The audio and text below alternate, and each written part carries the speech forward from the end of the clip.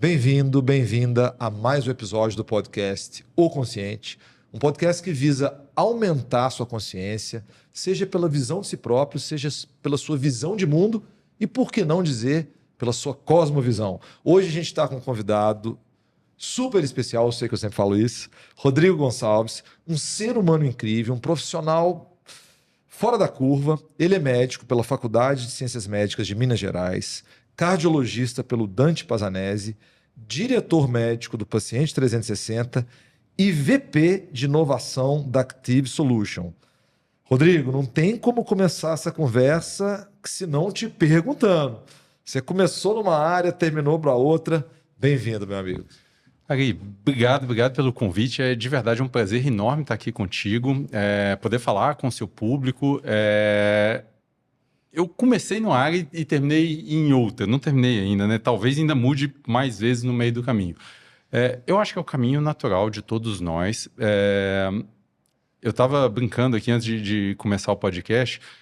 Comecei como cardiologista, comecei atendendo, mas eu migrei de área, mas hoje continuo sendo médico. O que eu faço precisa desse background. Eu preciso de ter essa experiência médica. Mas tem um detalhe nessa história. Quando eu comecei a atender, eu achei que eu ia ajudar muitas pessoas, aquele sonho de um médico recém-formado.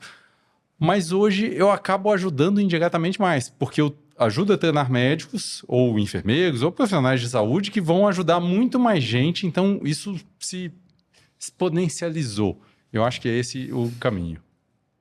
Bom, toda vez que a gente toca o PIN, é meio ampliação de consciência, mas olha que legal.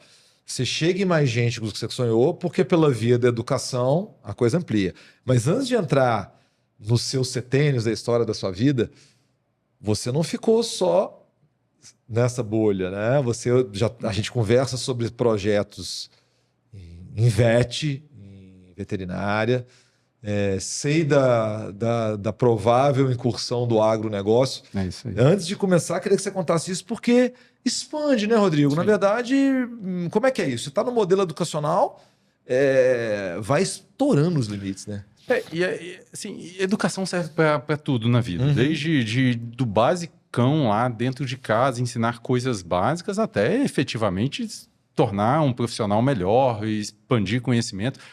E para nós aqui no Brasil, Ari, você sabe muito bem disso, a gente precisa aumentar a capacidade de produção do nosso povo, melhorar a educação do nosso povo para poder melhorar a qualidade de vida do Brasil, no mundo inteiro, mas particularmente no Brasil, a gente precisa muito disso. Então, é o que você comentou.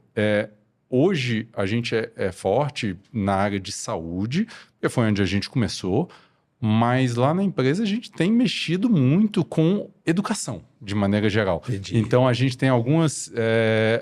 a gente começou na educação para médicos e estudantes de medicina, mas depois veio as outras áreas de saúde e hoje a gente já está botando um pezinho na educação básica. Aqui no lado da indústria, que é o lado que eu tomo conta lá na empresa, a gente começou, igual você sabe, na área de saúde, mas fomos para veterinária, agora estamos pensando no agronegócio, daqui a pouco vai vir outras coisas. Porque nosso foco é educação, é melhorar a capacidade do profissional. Bom, então antes de entrar na sua vida, eu estou vivendo uma coisa paralela. A gente já conversou disso nos bastidores. Fui visitar uma escola, cara, eu não sei nem falar, porque ensino fundamental, porque eu não tenho experiência nenhuma, ensino médio, e é o que você falou, né, Rodrigo? Na verdade, quando você faz capacitação docente, cara, você exponencializa mudança na vida das pessoas. E para quem está curioso, deve estar assim, a gente, etc. Vamos chegar lá, porque é uma empresa incrível que eu admiro. Eu não estaria falando isso se eu realmente não conhecesse. E vem comigo, gente, nessa história, porque nós vamos chegar na Active Solution, no Paciente 360. Legal. E, nossa, eu conheço as pessoas. Incrível. Rodrigo, como é clássico aqui, a gente usa a lógica dos setênios, e a primeira pergunta é 0 a 7 anos, né? Por onde você andava, o que você estava, o que você lembra dessa época? Conta pra gente o comecinho da sua história. Não sei se eu tenho 2 ou 3 setênios só, mas vamos lá. Eu estava numa entrevistada anterior e eu tô assim, mas qual setênio você tá lá? Não, eu acabei por aqui. Eu falei, opa. Chega. Bom, tem vários setênios aí. 0 a 7 anos. Estava lá no interior de Minas, sou igual você aí nesse início, mineiro de formação, e de Governador Valadares, interior de Minas, lá no leste mineiro, cidade quente pra caramba, fazia colégio lá, somos 3 irmãos lá em casa, então sou filho do meio. Tenho um irmão mais velho que tem o nome do meu avô lá, José Gonçalves de Sena, eu, e o mais novo que chama Felipe. Os 3 irmãos lá em casa, só meninos. Meus pais, meu pai Sebastião, ele é médico, e minha mãe, ela era laticinista, fazia laticínios, trabalhou lá um tempo com isso, e depois largou a carreira, a primeira mudança aí. Minha avó, mãe dela, era costureira, e a minha mãe começou a costurar, e largou os laticínios para costurar. Olha. Tinha uma fabriqueta de maiôs e biquínis lá no interior. Olha. E, Rodrigo, você me disse um dia o seguinte: lá de casa somos 3 e só um é normal. Só um é E normal. eu mais velho Que não é médico. Que Não não sei se é é tão normal, porque ele fez TI. Ele fez Então, TI? ele fez Nossa. ciência da computação na época. Eu acho que o curso ainda tem o curso com esse nome. E acabou mexendo com essa área. Ele é bem estilo cientista da computação mesmo. Cara que gosta de entrar. Como dizer, ele fala que de vez em quando não sabe como que ele fez, mas ele fecha os olhos, vê os números lá, vê o que é e faz. Que legal. Não sei se é mentira ou verdade, mas eu acredito na história. Deve ser, cara, porque eu estava revisitando agora, eu sou fascinado com tecnologia como você, eu estava revisitando a história do Bill Gates. É uma série do Netflix.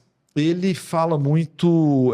Essa parte eu acho que é um pouco chata, assim. Eu sei da história dele agora como filantropo, é super legal, mas bacana é a raiz, né? E uma pessoa fala isso. Ele processa ao mesmo tempo, ele lê e está conversando com você enquanto ele já está processando e fazendo, né, cara? Mas uma última pergunta da infância nesse sentido. E curtiu? Foi aquela infância, brincava. Hoje tem essa coisa, e se é como eu, a mudança geracional não tem essa que as pessoas hoje são menos ou mais felizes que o passado. Não. Mas a sua infância clássica da época, na rua? Infância típica de interior de Minas, nos anos 80. Como é que foi? Na rua. Tá. Poxa, ficava na rua o dia inteiro, só à noite, quando minha mãe brigava para entrar, para tomar banho, chegava imundo. E as brincadeiras de infância mesmo, pique-esconde, corria para lá e para cá. Fingia que jogava bola, nunca fui bom nisso. Mas foi uma infância muito feliz. E na infância, é engraçado você perguntando, nunca me atentei para isso. Hoje sou uma pessoa que gosto muito de tecnologia e não sou mesmo de uma família rica, sou de uma família bem classe média. Nunca passei, obviamente, dificuldades, mas assim, infância ali no limite do que tinha, não tinha muita coisa. Mas lá em casa, desde muito cedo, eu tive acesso a umas coisas básicas, mas que se dá para chamar de computador. Então, eu tive acesso a um TK90, que era um computador que era um tecladozinho para brincar. E eu lembro que tive acesso mais ou menos, meu irmão já roubou ele para ele e programava, vinham as revistas de programação, mas eu gostava, interagia e tinha curiosidade daquilo. E outra coisa que eu aprendi na infância, que eu trouxe até para os meus dias de hoje, eu era uma criança gordinha, bem gordinha, fui uma criança obesa. E eu acho que até por conta disso eu fiz muito esporte na infância. E eu felizmente trago isso comigo. Eu faço um volume de esporte bem bom e eu acho que começou lá. Eu comecei a andar de bicicleta aos 2 anos. Eu acho que eu nem andava direito, mas eu já pedalava. Que legal. E pedalei minha vida inteira. Fui competir, depois conta essa história. Competi quando na adolescência e tal, e trago o esporte na veia até hoje por conta disso. Que legal, Rodrigo. E aí, dos 7 aos 14, continua lá. Como é que é essa história? E a pergunta que não quer calar. É clichê falar que filho do meio tem um perfil? Você vive nesse período, já que a gente estava nessa história. Como é que é isso, né? Eu não sei não sei qual que é o clichê do filho do meio, mas todo mundo fala, eu vou te contar a minha infância. 7 aos 14, Valadares, mesma casa, mesma rua, mesma vizinhança, tudo igual. Estudava lá no Colégio Bituruna, lá em Valadares, colégio bacana, era o colégio, teoricamente, mais difícil da cidade. Era uma criança meio tímida e nessa época eu dividia minha vida. Eu praticava esporte ali, eu pedalava, uma época eu joguei um pouco de basquete, depois, quase aos 14, eu comecei a correr junto com pedalar. Nessa época eu já tinha umas competiçõezinhas de mountain bike, mas eu era um filho, eu diria que obediente. Olhando para trás, tinha minhas bagunças, era levado, mas eu sempre fui bastante obediente aos meus pais. E é engraçado porque sempre tive uma boa saúde. O meu irmão mais velho, ele é mais baixinho. E eu era maior, e aos 10 anos eu já era maior que ele. E eu acho que sobrava um pouco das coisas ali, porque eu não falava não, muito para mim. Entendi. Então, meus pais pediam as coisas, elas sempre pediam para mim. Então, Entendi. O meu irmão mais novo é bastante mais novo. Ele nasceu quando eu tinha 7 anos. Tá. E eu que era o meio faz tudo lá de casa. Então, o mais velho, não, você não faz as coisas, você faz. Então, sobrava um pouco. Eu carregava meio essas coisas lá em casa. Eu vou arriscar que você saiu do clichê. Porque hoje mudou muito, né, Rodrigo? Existia aquela psicologia barata do tipo, não, o mais velho tem que sofrer toda a pressão, os pais têm toda expectativa, o do meio fica meio sem atenção e o caçula é o queridinho. Mas eu não sei, cara, te ouvindo no cara fazer aqui. E não posso dizer, nossa, jamais falar que meus pais não me deram atenção, nada disso. Que fica um pouco aqui, né, Rodrigo? Protagonismo desde o início, né? Sim. E talvez, cara, na época, hoje isso não é assim, né? Mas você ser mais alto em estatura fazia diferença. Fazia diferença. Era numa época, ainda mais, eu também cresci muito nesse ambiente, existia briga de rua, que não era, eu não estou dizendo que uma briga de rua pode ser saudável, mas assim, era uma coisa ali mais ali de menino, então, pô, tinha um negócio assim, vou te pegar na porrada. Então, a estatura contava muito, sim, né, cara? Sim. E nessa pegada, é engraçado, só um tópico sobre isso. Hoje, eu iria reclamar, eu sofri bullying. Nada. Me chamava de gordinho, de vários apelidos relacionados a isso que...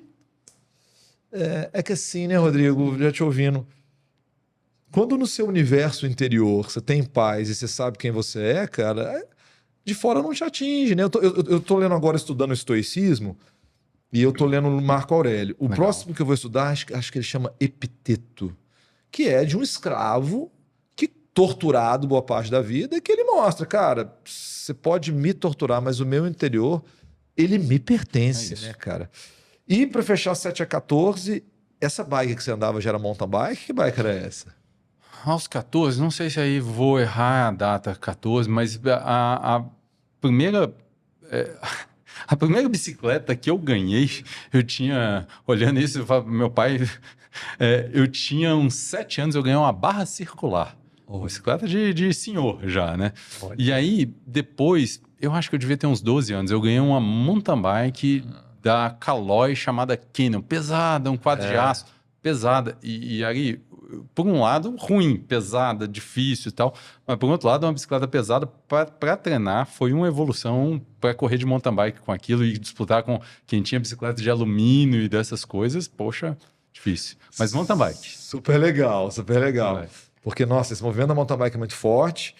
Estamos aqui no 14 a 21 e um comentário que eu concordo com você, cara. Quando eu mudei aqui para São Paulo, na verdade, quando eu trouxe a família toda, você sabe, eu já te falei isso, já falei isso no ar 1000 vezes.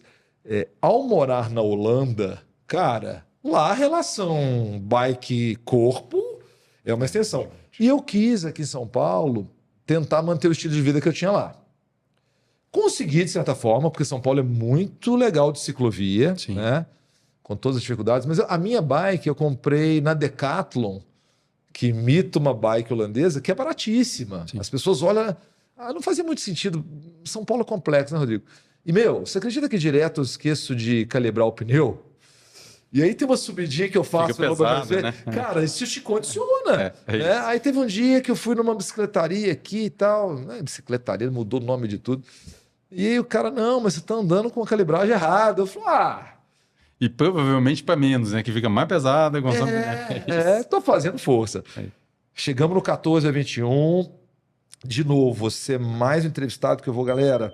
Fica ligado nisso, a importância do esporte na vida da pessoa. Sim. Isso é quase invariável, a gente ouve aqui, Rodrigo. As pessoas. Difícil definir se é bem sucedido ou não, cada um tem sua vida, o seu universo, mas, grosso modo, você é um cara muito bem sucedido, né, cara? E eu queria saber, 14 a 21, te dando um outro gancho, cara. Meu, para quem gosta de história de tecnologia, você falou que teve acesso a revistas. Isso tudo deve ter fervilhado em você.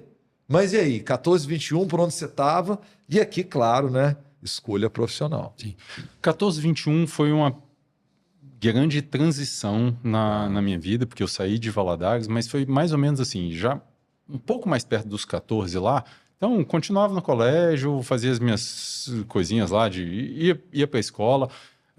Uma infância muito, muito diferente dos meninos de hoje. Aí vou seguir a sua linha, não vou dizer que era melhor ou pior, mas diferente. Então, assim, Pegou de Minas, Valadares, até um pouco menos que isso, com 10, eu já levava meu irmão de 3 anos na garupa para o colégio. Ah, é? Meu irmão de 3 anos. Hoje em dia, você imagina, bom, um moleque de 10 com um de 3 para andar 1 quilômetro para ir no colégio. Não pensava.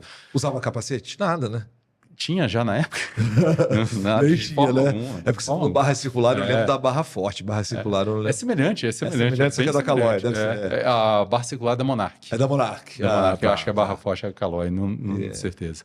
Mas era isso. E aos 14, o que eu fazia? Colégio, estudava de manhã. Nessa época, talvez até pelo esporte, aprendi a acordar cedo, um hábito que eu tenho até hoje. Acordava sem muita dificuldade, ia tomava meu banho, ia para o colégio. Como eu era gordinho, eu lembro que um colega uma vez falou comigo: gordo, porque você vem pedalando, vem andando. Eu falei, cara, eu não sei, não tinha nada a ver, não entendia bolhufas de exercício nem de nada, era um colega de colégio. E eu comecei a ir a pé para o colégio, mudei um pouquinho de hábito, mas continuava pedalando. Nessa época, eu comecei a pedalar bastante, então, de manhã, ia para o colégio, à tarde, eu fazia, às vezes, os deveres de casa, às vezes não fazia os deveres de casa, ia muito para resolver as coisas para minha mãe, de banco, para o meu pai, então, movimento de banco, comprava uma coisa, fazia, era tudo, quem fazia era eu. As entregas das roupas lá que ela fazia. Benji, eu não Benji? Benji. E Mercantil do Brasil. Mercantil do Brasil. E resolvia umas coisas também loucuras. Às vezes, época de verão, minha mãe ganhava um certo volume de dinheiro. Eu ia para o banco, sei lá, não sei mensurar valores, mas imagina lá com 10, 12 anos, como se fosse hoje, sei lá, com 5, 10 mil reais, punha numa pochete, usava na época, e ia. Assustador, né? Mas hoje foi. Valadares tem uma particularidade interessante, aprendi a mexer com dólar muito cedo. Olha! O termo valadólares na época era efetivamente verdade. Se usava dólar corrente, assim, você conseguia comprar coisa no supermercado, comprar picolé com dólar. Interessante. Era diferente lá. Foi passando o tempo, eu aos 17 fui para Belo Horizonte. Fui fazer terceiro ano em Belo Horizonte. Nessa época, eu já tinha uma tendência grande a fazer medicina. Acho até que eu já tinha meio que decidido, mas eu estava na dúvida. Quando eu fui para Belo Horizonte, eu estava numa grande dúvida. Eu vou fazer medicina, é muito diferente o outro lado, mas ou eu vou fazer física pura mesmo, aplicada. E fiquei naquela dúvida até no terceiro ano, e no terceiro ano, na época do vestibular, tinha a possibilidade de fazer lá, você punha lá, fiz matrícula para medicina, mas tinha a segunda opção. Minha segunda opção era física. E fiquei naquela, não sei porquê, mas tinha essa dualidade. Eu gostava muito de física, muito. Desde do colégio.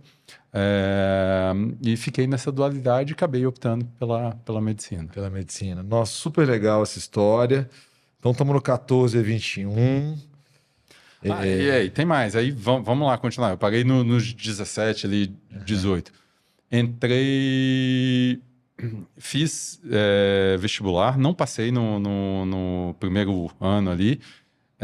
Não passei por umas burrices que meio sem lógica. Na primeira etapa, eu fiz uma nota absurdamente alta, que era só eu fazer qualquer coisa razoável na segunda etapa que eu passava. E eu não sei o que eu fiz, acabei não passando.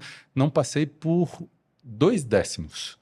O que normalmente eu seria chamado. Tá. Todos os anos, isso na UFMG na época, todos os anos a média que se chamava na UFMG era de 7 até uns 12, 13 candidatos ali de segunda chamada. No meu ano, chamou 1. Então eu fiquei como primeiro excedente e não entrei. E aí no segundo ano, bom. E emocionalmente, como é que você lidou com isso? Eu acho que bem, viu, Ari? Bem, Porque se for parar para pensar, talvez até por um ensinamento de esporte, resiliência.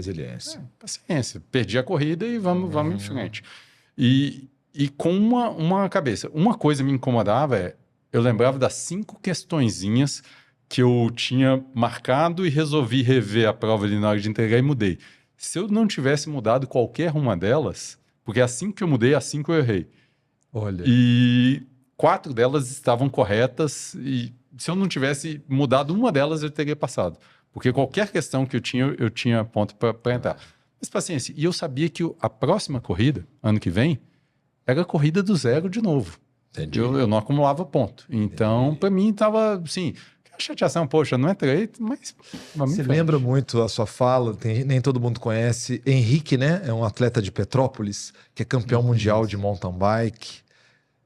Eu já vi esse cara algumas vezes no canal Off. Legal. Cara, ele já ganhou a Copa o Mundial de mountain bike, pelo jeito.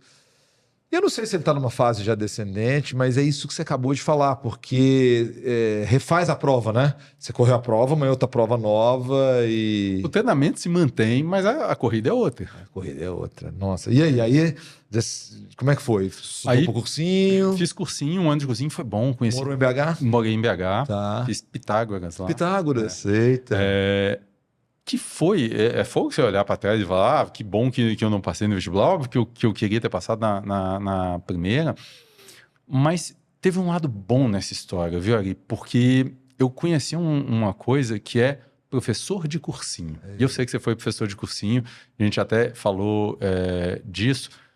O professor de cursinho, ele tem vou chamar de umas pegadas ali, uns jeitões de fazer um storytelling, de chegar na cabeça do aluno e que muda um conceito. E talvez ali começou a mudar um mindset que eu tinha.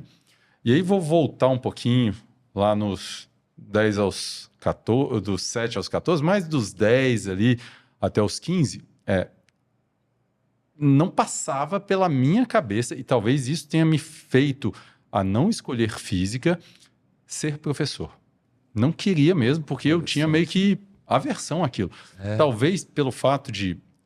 Eu não era um mau aluno, eu tinha boas notas, mas o que eu brinquei não é mentira. Eu era um enrolão para fazer dever de casa. Enrolão mesmo. Minha mãe brigava comigo todos os dias por conta daquilo. E porque na sala de aula eu era um aluno esperto. Então, o professor deu a coisa, eu dei uma olhada ali, eu meio que guardava fácil as informações. Mas isso me fazia conversar. E aí, dentro da sala de aula, eu pensava, poxa, eu vou ser professor, ninguém aqui está prestando atenção no que esse cara está falando. Eu não queria aquilo para mim. No cursinho, eu vi isso mudar. Que legal. Porque o professor do cursinho, tudo bem, tem um viés ali, as pessoas estão querendo prestar atenção, porque tem que passar no vestibular, ninguém precisa do cursinho, você está ali porque você quer um objetivo, mas você sabe falar isso melhor do que eu. Tem umas sacadas do professor que ele consegue atrair o aluno. Sim. E ali eu comecei, opa, ser professor não é tão ruim, porque ser igual a esse cara ali me interessa. Rodrigo, grosso modo, obtenção da atenção, né, cara? Eu acho que mistura tudo, né, cara? O professor de cursinho é um bicho meio ator, meio tudo, né, cara? E olha só a história quando você falou que, aspas, lamentou de não ter passado. Hoje, às vezes, a meninada chama de efeito borboleta, né, cara? Você muda uma Um coisa. negocinho, Cara, você muda uma coisa na sua história. Enfim. Bom, aí deu bom. Foi pro vestibular de novo. Aí fui pro vestibular de novo e aí passei. Engraçado, era bom de primeira etapa, viu? Hoje eu acho que eu seria melhor na segunda, mas era muito bom. Tanto que eu passei, eu não precisaria ter ido fazer a prova de segunda etapa. É Só com a mesmo? nota da primeira Caramba. eu passei. Passei com, sei lá, acho que 95% ou 96% da prova. Olha. E aí entrei na Faculdade de Ciências Médicas lá em BH. Foi interessante que esse um ano a menos, ou a mais, sei lá, um ano que eu fiquei no cursinho, tive uma colega de colégio que passou e estava lá na faculdade. Então já cheguei, já tinha um veterano para me encostar ali e não deixar um trote tão pesado. Os trotes lá na época não eram tão pesados assim. Mas entrei na faculdade e aí comecei carreira na universidade lá.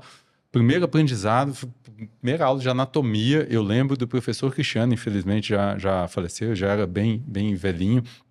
Ele deu uma aula falando lá de anatomia de osso, aí contando aquela coisa lá, beleza, eu vi aquela visão minha inocente de moleque de colégio, que o professor dá uma matéria, hoje repete ela amanhã, repete no outro dia, repete, você presta atenção em metadinha e tá valendo. Beleza, deu a aula lá, falou dos forames, falou de não sei o que, tá bom. Cheguei na próxima aula, outra aula, aquela matéria, porque aquilo já foi, filhão. Então, Matéria dada, matéria ensinada. é isso. Então, vamos mudar o esquema aqui, vamos ter que refazer as coisas. Então, comecei a pela primeira vez, estudar de verdade. Isso é um negócio interessante da faculdade, e aí vamos seguindo nos setênios, você vai ver que desde o início eu comecei a mexer muito com educação, mesmo na faculdade. E aí, eu já te conto essa história melhor, mas eu conheci muitos currículos médicos de várias escolas do país. E era engraçado que eu não tinha essa visão na época, mas eu comecei a perceber que, poxa, as faculdades são muito iguais, velho. Mas como você teve acesso a isso? Porque é o seguinte, um maluco, sem ter mais o que fazer da vida, ao entrar na faculdade, eu entrei na faculdade em 98, estava com 20 anos. 20 anos? 19 para 20 anos ali. Tá no setênio aqui, 14, 21. 19 para 20 anos. Eu entrei na faculdade e lá na faculdade eu entrei para o diretório acadêmico no primeira eleição que teve no DA da minha faculdade, sei lá, em junho. Pergunta por quê? Não sei. Mas entrei, estava ali envolvido. Engraçado, eu era um cara de DA. E o DA das Ciências Médicas, metade dele era mais do meu jeito ali. Um cara de DA muito diferente do que você vem na cabeça quando alguém fala de centro acadêmico. Sim. Hoje em dia, fala de centro acadêmico, todo mundo pensa num tanto de gente mais de esquerda, ou mais revolucionário, mais engajado politicamente, alguns até partidários. Sim. Não era afiliado a nada, não tinha essa visão. Tinha a visão de tentar melhorar muita coisa pragmática. Eu sempre fui pragmático de melhorar coisas do dia a dia. A visão era tentar melhorar as coisas da faculdade. Poxa, não tem livro na biblioteca, vamos fazer isso. Era muito essa visão. E nessa época, teve lá, né, nesse ano, uma reunião teve o COBEM, que é o Congresso Brasileiro de Ensino Médico, que é um congresso da ABEM, Associação Brasileira de Ensino Médico. E na época eu já estava ali meio que no colegiado da faculdade, olhando essas coisas de educação, e aí surgiu um convite da faculdade de eu ir como o discente da faculdade no COBEM. Que legal. E aí, naquela época, eu gostei daquilo, conheci o pessoal da DENEM, que é a Diretoria Executiva dos Estudantes de Medicina, que aí já tinha um perfil mais partidário e tal, mas tinha um lado de ver currículo, de ver escola. Olha. E aí eu comecei a ter interações com outras escolas, ver currículo médico, maravilha. trabalhar no colegiado da minha faculdade para tentar melhorar as coisas lá dentro. E eu percebi que os currículos, eles eram parecidos. Tinha faculdade que era melhor em uma coisa, outra melhor em outra, mas em geral as faculdades são relativamente boas e eu aprendi pela primeira vez que o que faz muita diferença é o aluno. E aí, a diferença de pegar uma boa faculdade de uma faculdade ruim, na minha visão, era o aluno da boa faculdade, ele era mais pré-selecionado. E aí, como você tem aquele bando de alunos, na minha faculdade acontecia um fenômeno que na sua também, eu sei porque a gente era vizinho de faculdade e acontecia também muito, se você não estuda e começa a ficar para trás, é feio. Então, você tem que correr atrás. Diferente do que eu vi às vezes na faculdade ruim, que o legal era você ir para balada e beber. Então, Rodrigo, cara, eu fui do diretório acadêmico, como você. Tem uma galera, alguns amigos e tal, que muito essa vertente política. Claro que às vezes, pô, a faculdade de medicina, saímos numa passeata na rua para diminuir o preço da faculdade de medicina. Pô, eu fui bolsista, tive Creduc. Tem essa parte do jovem mesmo, né? Agora, é incrível o que você está falando, porque eu tô com um filho mais novo que fica flertando no centro acadêmico da faculdade dele atual, aqui na PUC São Paulo, e ele fica meio sem graça, porque a escola é muito de esquerda. E, Rodrigo, cara, que coisa incrível, eu só fui conhecer Coben, saber o que era Coben, quando eu já dava aula em faculdade. Você teve a oportunidade de estar num caldeirão, né, cara? E aí, como é que acontece essa passagem de setênio? 14 para 21... Isso, aí 21 ali na faculdade, terminando ali 21, eu devia estar no 4º para o 5º ano, entrando ali no internato. Tá. Eu ainda tinha uma voz bastante ativa no diretório acadêmico, legal, bastante cara. envolvido no ensino médico. Eu fui coordenador do DA da faculdade do meio do 1º ano até o 6º. Eu fiquei os 6 anos no diretório. Já tinha emagrecido? Já tinha emagrecido. Não, na faculdade eu entrei. Engraçado, na faculdade eu engordei, porque parei. Isso foi uma coisa ruim do tempo de faculdade. Eu diminui muito esporte. Muito. Isso é ruim. É uma coisa ruim da faculdade conteudista, né, cara? Você não tem muito como.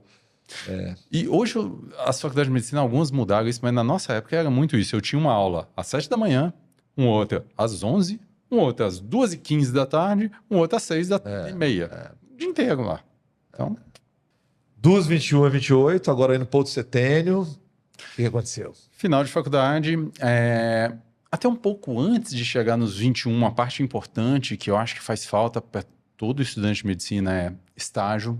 Fiz muita coisa. E aí, isso era uma parte boa de estar em BH na época. A gente é mais ou menos contemporâneo lá de Belo Horizonte, se não FMG, eu ali nas Ciências Médicas. E a gente tinha uma grande... Hoje eu vejo isso, era um diferencial competitivo inigualável. A gente tinha 2 faculdades só na cidade, uma cidade relativamente grande, com bons hospitais e com muito campo de estágio. Então a gente tinha Santa Casa, a gente tinha João 23, tinha lá o HC, tinha o Odilon Berens, tinha muito lugar para fazer estágio. E eu comecei a fazer estágio ali, e aí poderia citar vários, mas eu acho que vale citar 2 aqui que são interessantes. Um é no João 23, no estágio de toxicologia. Olha! E foi um baita aprendizado. Que legal, cara. Uma coisa diferente. E a referência, assim, o João, para quem não conhece, lá no hospital de trauma, etc. E conta aí um pouquinho, porque é referência global, nacional, não sei. Nacional, pelo menos. Nacional, pelo menos. Um hospital muito grande, com uma área de trauma gigantesca, em que eu aprendi conceitos que alguns hospitais até hoje ainda apanham para colocar lá. Já existia há décadas isso. Com uma sala de trauma gigante, com muito paciente grave o tempo todo. E aí uma coisa que eu olho para trás, eu até assusto, até arrepio quando eu penso nisso, mas a gente atendia. Estudante, então assim, eu aprendi a entubar lá, não é nem cadáver, paciente. No front, né? Porque estava ali chegando paciente pra caramba e gente pra caramba e tem que fazer e vamos tocar a vida. A toxicologia foi um estágio muito mão na massa, com os preceptores que todos viraram amigos depois, são pessoas que eu, assim, sou muito grato pela formação e uma formação muito prática, do tipo, vai lá e faz, eu tô aqui te vendo. Se tiver alguma coisa, você me chama aqui e eu assumo. E te dava a responsabilidade, vai e acredita. E óbvio, os velhacos ali também de entender, esse dá para confiar, esse não dá. Eu já tive preceptor que chamou, vai lá e acompanha o Joãozinho lá, porque não dá. Mas você via a confiança dos hoje colegas, né? Mas na época dos chefes lá de, cara... É que você usou uma expressão, agora a gente já entrevistou aqui no podcast, não sei se você conhece o João Ineco. O João ele organizou o TEDx Ciências Médicas. Legal. Ele formou agora há pouco tempo. Quando eu entrevistei ele aqui, estava recém-formado, 25 anos. E ele usa uma expressão assim, Ari, existem as pessoas que têm as manhas e tem a pessoa que não tem, né, cara? Você falou o veaco, assim, é uma coisa que tem que ter, né, Rodrigo? Sim. E você vai falar de uma segunda instituição, né? E a segunda, porque é muito diferente do que eu queria, mas para mim foi muito útil, muito bom em vários aspectos, foi o Atlético Mineiro. Eu fiz estágio no Galo. Olha. Atendia lá os atletas do time, desde o pré-mirim até júnior. E foi bacana, tinha um salário bom na época, me ajudou pra caramba financeiramente. É difícil morar sozinho em BH, caro, não sei o quê. E o Galo, para mim, foi bem legal. Fiquei 3 anos lá. A gente deve ter, eu ter cruzado com a mesma figura. Enquanto médico em BH, tratei muitos anos do Neiro Lasmar. Neiro Lasmar, foi querido. Professor meu na faculdade, baita profissional. Um querido, né, cara? Uma figura. O Neiro era engraçado. E o filho dele também era professor lá na faculdade, também lá do Galo, Rodrigo. O Rodrigo, que está na seleção brasileira, tá né? Na seleção. O Rodrigo a gente cruzou também. Eu não conheci, eu não lembro muito de interagir com o Rodrigo, né? O Neilo, cara, nossa, então você teve uma mega formação. E aí, aos 21, meio que terminando a faculdade, 5º, 6º ano ali, estágio, BH, um campo bastante rico, foi muito legal. E aí formei. 2003, formatura, tal, bonitinho. E veio ao presente, Exército. Olha. Entrou o Exército na minha vida em 2003. Assim que eu formei, fui lá me alistar. Tem uma reclamação séria para fazer com os meus colegas de turma. Eu era o único saudável da minha turma, que é impressionante. Metadinha da turma tinha um atestado de alguma coisa. Tinha hérnia de disco, tinha diabetes, tinha DPOC. Mas você foi todo mundo doente aqui. Mas você foi pego ou você queria? Fui pego. Eu não fiz nenhuma força para sair. Mas, isso, fui no obrigatório. Fui eu e, na época, a gente... foram uns 10 da minha turma, pegaram talvez um pouco mais. E eu fui nomeado, já que eu sabia que eu ia, eu fui, vou escolher a cidade. E aí escolhi ir, não me pergunta por quê, também não sei te falar, escolhi ir para Tefé. Tefé. Lá no Amazonas. Por isso que existe Barão de Tefé, né? Existe Barão de Tefé, a cidade é em homenagem a ele, Tefé. Tefé. E aí, que negócio, vamos para Tefé, não sei o quê, eu acho que em fevereiro que ia. Entrei no avião para ir naquele negócio todo. E no caminho, conversando lá no avião, um colega me pentelhou, encheu o saco que ele tinha que ir para Tefé, porque era uma missão de vida dele, que não sei o quê. E no avião, indo, ele me convenceu a trocar com ele. E eu fui para Porto Velho, e ele foi para Tefé. A gente, troca, não troca. E avião era... Que avião? Era... Não, já era avião de carreira? Um avião de carreira, um Gol de carreira, porque a gente ainda não era militar. Entendi. Ainda era civil. Não foi um Hérculesão? Não foi. Voei de Hércules lá. Mas aqui ainda é civil. E aí conversamos com o coronel que estava indo nos levar para apresentar lá. Coronel, podemos trocar? Pode, não assinaram nada ainda, beleza, trocamos no meio do avião. Olha. Aí chegamos em Manaus, descia todo mundo em Manaus, fizemos um treinamento em Manaus, morei em Manaus uma fase inicialzinha ali. Na época foi uma bagunça no exército, tinha uma bagunça, a gente ficou uma semana meio que em off lá, dormi no quartel, mas não tinha treinamento ainda, então foi uma bagunça, saímos para conhecer Manaus, foi ótimo. Mas foi e você, pelo jeito, é mais um. Todo mundo que eu conheço que foi tem ótimas memórias. Tem. Ótimas memórias do tempo de exército. Como medicina, aprendi uma coisa: tratar malária. Ponto. Muita malária. Mas o resto, eu servi numa tropa pequena, eu servi num batalhão de infantaria. Tinha 250 pessoas, todos homens, né, todo mundo jovem, não tinha nada. Tinha malária, muito. E uma outra coisinha ortopédica que, para mim, tirava de letra por causa do tempo de exército também. Então, basicamente, eu vivi uma vida de militar. E aí foi interessante, primeiro, assim... Aquela hora que você estava falando, no começo foi meio em off, né? Ali aqui. Porque a gente ficou em Manaus meio solto ali, não tinha que fazer nada. Eu virei um turista pago pelo exército. É isso. Então, assim, conheci Manaus, puxa, me assustou no início. Foi umas coisas muito diferentes ali. Muito, mas muito diferente. Mas muito legal também, sabe? Conhecer a floresta, conhecer as coisas, conhecer a Amazônia de verdade. Então, cara. Eu já fui em Manaus várias vezes, mas é aquela de sempre. É diferente. Aeroporto, É diferente. Não vi nada. É diferente. Aeroporto pro hotel para não sei o quê e tal. No máximo, um passeio ali O muito passeio guiado. no teatro que a pessoa faz com você depois. Minha visão foi diferente, assim, de viver Manaus como cidade. Tudo bem, há 20 anos atrás, mas foi interessante. E depois eu fui para Porto Velho, onde Porto Velho foi bom. Tenho amigos, tenho um amigão que morou comigo no Exército até hoje, meu amigo, padrinho de casamento dele. Legal. A amizade se manteve. Mas foi bom porque, diferente da maioria dos médicos que vão servir no hospital do Exército, eu servi numa tropa. Então, eu fazia sobrevivência igual o pessoal da infantaria. Que legal. Então, eu ia pro meio do mato, passei lá na reserva Roosevelt, depois entra na internet, vê o que raios é a reserva Roosevelt. Fiquei um mês lá no meio do mato, depois de uma chacina que os índios mataram uns garimpeiros, eu fiquei lá, não eu, né, o meu pelotão inteiro lá, no meio do mato, tomando conta da comunidade ali, para dar uma apaziguada nas coisas. Foi bom o tempo de exército. Aprendi um pouco mais a como comandar um time, como ter a visão de equipe, como saber que você tem que fazer tudo, meio que, eu lembro do exército, né? Você dá a vida para o seu colega, porque ele vai dar a vida por vocês e vocês estão um time, vocês estão juntos ali, vamos junto. Um só não ganha uma guerra. Olha você só. tem que ter um pelotão junto ali, então todo mundo está junto.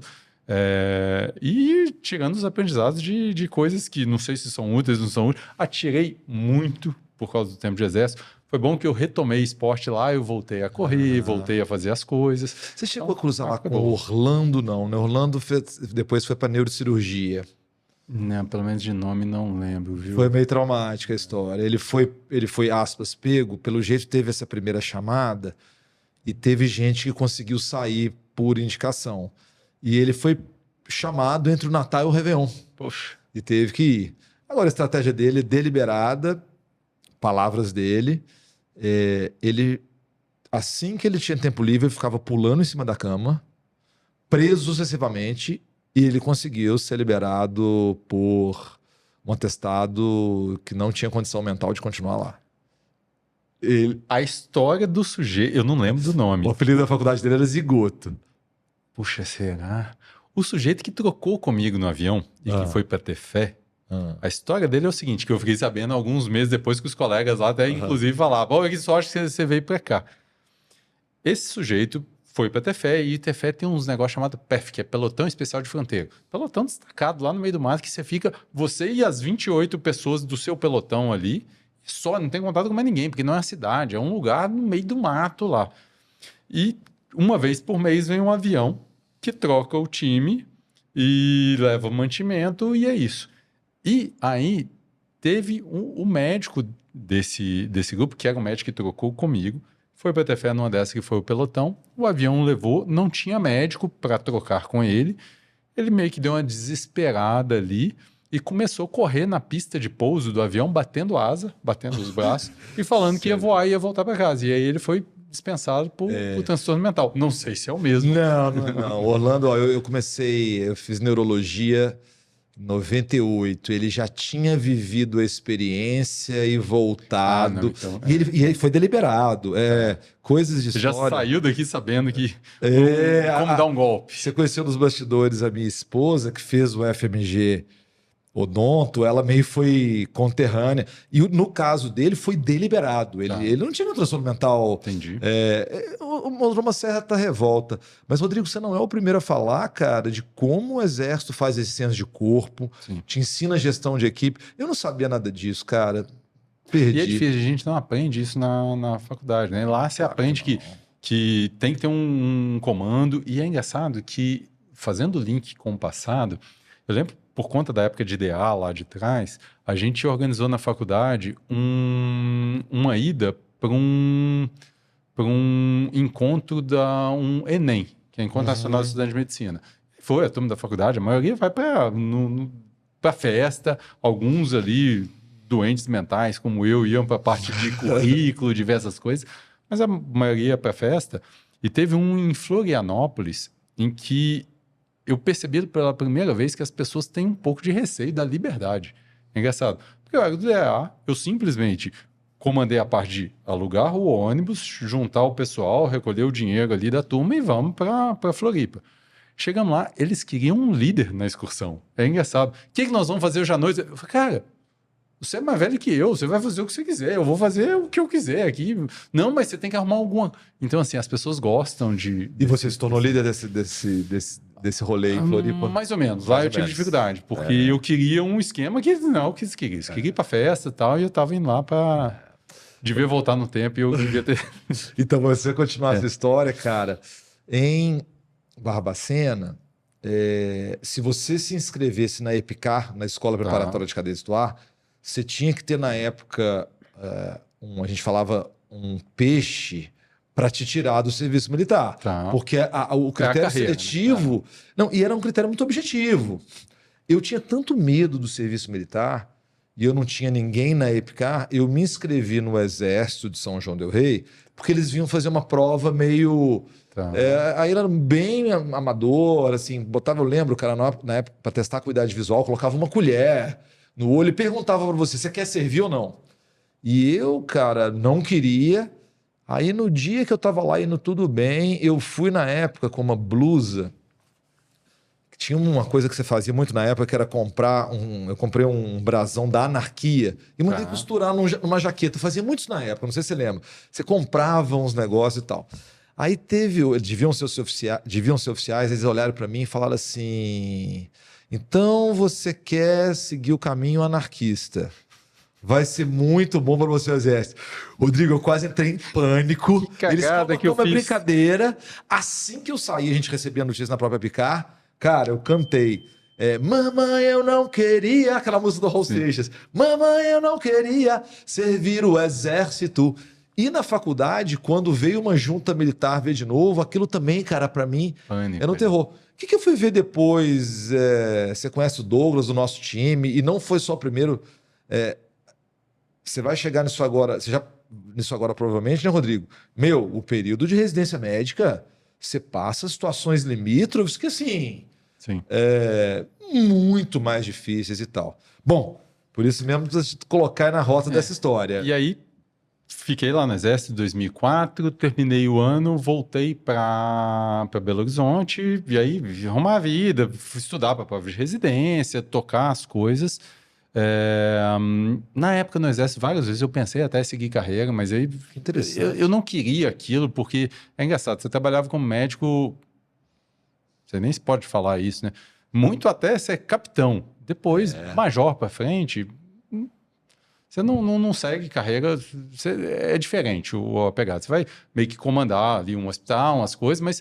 Não é mão na massa. Não é mais, então não era a minha pegada. E mesmo porque no meu ano mudou a regra.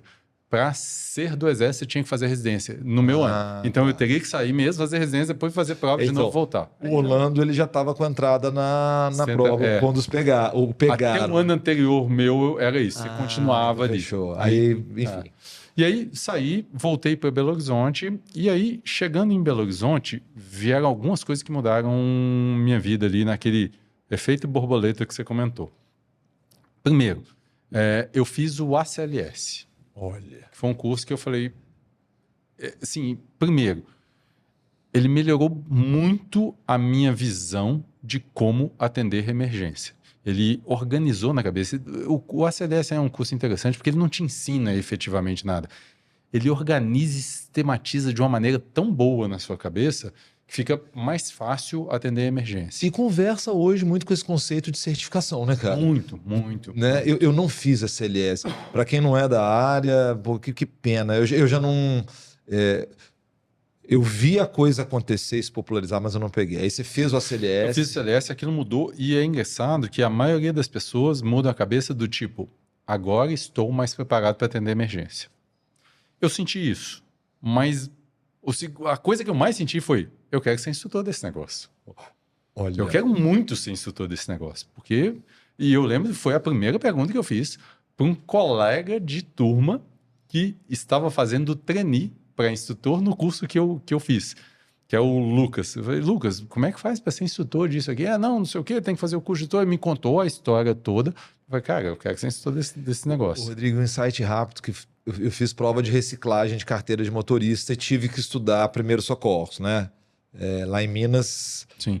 direção defensiva, trânsito, primeiros socorros, eu não lembro o outro. Cara, foi excelente rever alguns conceitos. Que mesmo como neuro, o cara falava, cara, ficou... E botar sistematizadinho, mais bonitinho. claro e tal. É isso aí. Bom, eu quero ser instrutor. Quero ser instrutor e vou batalhar por isso. E ao mesmo tempo, para mim manter em Belo Horizonte, quando estava estudando, eu botei na minha cabeça que eu já tinha um dinheirinho guardado no exército, não era muito, mas tinha um dinheirinho. Sou um cara econômico, eu vou estudar e vou trabalhar o mínimo possível. Eu voltei, bati lá na porta da toxicologia, eu sabia que eu tinha sido um bom estagiário e perguntei, tem vaga para mim? Tem residência, não tem nada, mas conheço isso aqui. E me abriram as portas. Abriram uma vaguinha para mim lá. Eu comecei fazendo, acho que 24 horas, era o contrato mínimo com a FEMIG na época, eram 2 plantõezinhos de 12. Que é uma fundação que mantém ali a fundação que mantém o hospital. E aí, algumas lições que para os médicos vão entender muito o que eu estou falando, quem não é médico às vezes assusta. Eu trabalhava 24 horas por semana, era pouco. Mas para quem estava estudando, era mais ou menos normal, eu trabalhava todas as manhãs, basicamente, se fosse diluir, né? Mas meus colegas achavam que eu era um vagabundo. Porque você trabalha só 24 horas por semana. E aí eu lembro que, por pressão até, eu fui pegando coisas a mais. Quando eu trabalhava, 48 horas por semana, os colegas ainda me achavam levemente folgado. É engraçado a visão do médico. Rodrigo, e comenta uma coisa. Revendo, a gente começou no início da nossa conversa, que eu estou revendo Bill Gates. E Bill Gates e Paul Allen, né, cara? Para eles tinham uma coisa... Bom, vou falar o que eu vi nesse documentário, cada um sempre tem uma versão da história. Mas tem um momento que o Paul Allen não quer mais vir à noite, ele gosta também era guitarrista, queria outras coisas, e para o Bill Gates era, como assim você não vai virar mais à noite? Então, conecta, será, Rodrigo, vida de programador com vida de médico? Você está contratando um time programador, você vai contar no final. Tem a ver um pouco, não tem, cara? Que tem. Dessa virada de algumas coisas que o médico, hoje está mudando isso um pouco, mas tinha uma vantagem, até muito pouco tempo atrás, se você quer trabalhar mais emprego tem. Sim. E aí você pega plantão, você faz o negócio, e o programador a mesma coisa. Hoje ele tem mercado, então ele quer fazer mais dinheiro, tal, ele vira à noite e ele vai. Porque eu acho uma coisa que eu só fui... Por que depois essa história do exército me calou fundo, né? E vou homenagear aqui os oficiais, cara. Eu fui conhecer recentemente com um amigo de Squash, que ele é um coronel da reserva da PM aqui de São Paulo. Eu nem sabia, cara. Tem mestrado e doutorado lá dentro. E tem grandes hospitais aí. Hospital Naval, Marcílio Dias, lá no Hospital Naval. Todo mundo chama de Hospital Naval, mas eu acho que chama Hospital Naval Marcílio Dias, lá no Rio. Um baita hospital, Hospital do Exército, Hospital Geral do Exército é um grande hospital. Tem muita coisa muito legal. Muito legal, E eu só fui ter consciência do seguinte, cara... Se no exército é medido o nível físico que você dá conta para conhecer seu corpo, cara, a vida de residente, a vida de recém-formado... Puxadíssima. Cara, era assim... posso falar pela minha irmã, que hoje minha irmã é médica, pediatra, emendar plantão de 48 horas, nada demais. Né? Era normal, cara, um limite físico, enfim... Bom, mas então você nesse caldeirão, estagiando... Fazendo lá, eu trabalhava, então é o que pagava meu sustento ali. Eu trabalhava na toxicologia, 24 horas, e pegava um plantão ou outro dos colegas que me enchia o saco, eu estava à toa, e estudando para residência. E aí, nessa época, eu também bati num outro lugar que eu tinha feito estágio, que é um UPA, que é a Unidade para Atendimento da Prefeitura, chamada UPA Norte, lá em BH. Nossa, se o João 23 era pesado, o UPA Norte, você não tem noção do que era. Eu tenho um pouco, Rodrigo, porque meu início de carreira em Belo Horizonte foi atendendo, inclusive, no Hospital Dom Bosco, que foi desapropriado pela prefeitura para fazer o UPA Norte. Então ali... Então é a mesma região ali. No mesmo lugar. É quem mora ali. Então assim... Você conhece a região, é a região pesada, tinha uma briga de gangues ali. Não é simples não. E foi uma coisa... Queria até que você comentasse. As pessoas às vezes elas criticam sistemas de saúde, elas não têm noção do que acontece fora. E foi, eu não tenho dúvida, um grande ganho para a população local. Esse hospital, cara, teve uma hora que ele faliu, teve insolvência, não era fácil, não. Mas, cara, não tinha nada, não tinha... E aí você foi para o UPA Norte, então? Fui para Norte, trabalhava lá. Como é que eu entrei no UPA Norte? Eu entrei, pedi... O cara olhou para mim e falou, não, porque aqui, veja bem... o que você está fazendo? Eu sou recém-formado. Eu falei, não, cara, aqui não é para isso, não sei o quê. Você trabalha em algum lugar? Trabalho no João 23. João 23? Não, está contratado. Acabou a conversa ali. Está contratado, porque era o João, tal. Tinha um ACLS, isso foi um peso. Tinha essas questões. Aí... Nessa pegada, no UPA Norte, eu aprendi algumas coisas que, poxa, me pegaram. Algumas coisas do tipo que você falou, a gente precisa melhorar muito a saúde do Brasil. E eu aprendi, infelizmente, algumas coisas de como não fazer. Eu vi umas coisas lá que hoje a gente tenta acabar com isso nos nossos treinamentos, que é algumas coisas de educação e de humanização. Porque eu vi coisa lá, assim... Primeiro, eu via pacientes com miíase. Miíase, para quem não conhece, você já deve ter visto o berne, que é um bichinho que uma larva de uma mosca que começa a crescer. A miíase, imagina uma região do corpo, tipo um braço, alguma coisa, com centenas, às vezes milhares daquelas larvazinhas. Eu já vi gente perder a perna, amputar as 2 pernas por miíase. Umas coisas, você fala, cara, como deixou chegar nisso? Sabe, umas coisas absurdas. E eu lembro de uma das coisas que mais me marcou, porque sempre, imagina, 20 anos, eu lembro de uma vez que eu estava lá no UPA Norte, na época que eu era estagiário ainda, e um médico que estava atendendo lá, ele era um cirurgião, chegou um paciente para fazer um atendimento, porque ele teve um machucado, que ele estava andando de bicicleta, o raio da bicicleta entrou no dedo e fez um cortezinho. E aí lá na roça, não fez nada, não olhou. Ele chegou lá no UPA Norte, sei lá, 20 dias depois, não sei quanto tempo depois. O cirurgião atendeu, olhou, vou atrapalhar as filmagens aí, mas ele levantou na cadeira, olhou assim, tá bom, pode sentar ali e aguardar. Aí o paciente vai, mas aguardar o quê? Você vai fazer? Vai ter que dar ponto? Não, isso aí não dá mais ponto, não. Vou te mandar lá para o Odilon Bergs, eu acho que a gente vai ter que amputar seu pé. Nossa. Se der sorte, talvez vai a canela junto. Nossa. E simplesmente senta lá e acabou a consulta. Eu me identifico muito com você nesse sentido, porque quando eu fui para Venda Nova, a gente comentou isso quando você me convidou para um podcast, né? Cara, essa questão da humanização... Você dependia da compaixão do profissional. Isso. Se ele não tivesse compaixão, cara, então... E eu acho que tinha até um glamour nessa história do médico ser meio... Nossa. E aí, beleza. Foi passando esse ano de 2005. Fiz prova de residência. E aí, eu fiz prova de residência para alguns lugares ali. Fiz em BH e fiz em São Paulo, Sul São Paulo. E acabei passando no Sul São Paulo. E aí vim para a residência em Presidente Prudente. Interiorzinho de São Paulo. Baita cidade, muito legal. Fiz muitos amigos, uma grande residência, aprendi pra caramba. Peludante? Não. Lá também era Sul São Paulo, mas lá era Hospital Universitário, na época que mudou de nome, agora chamou Hospital Regional. Tá. Lá era Hospital Universitário, era ligado ao UNOeste. Isso foi clínica médica. Você fez clínica médica primeiro. Clínica médica. 2 anos de clínica. 2 anos de clínica. E aí, lá na residência, eu pude constatar aquilo que eu já achava. Faculdade não é o que faz o aluno. É o aluno que faz a faculdade. Que legal. E lá é uma faculdade que tinha muita estrutura. Por quê? Eu tinha ali, na clínica médica, na residência, eu conto nos dedos os preceptores, eram 5, 6. Mas eram pessoas que eu tenho no coração com um carinho gigante até hoje. Gigante. E esse coração cabe gente, hein, Rodrigo? Mas tinha gente de verdade muito boa e que me ensinaram muito. Sou muito grato a cada um deles ali, porque me ensinaram muito, muito.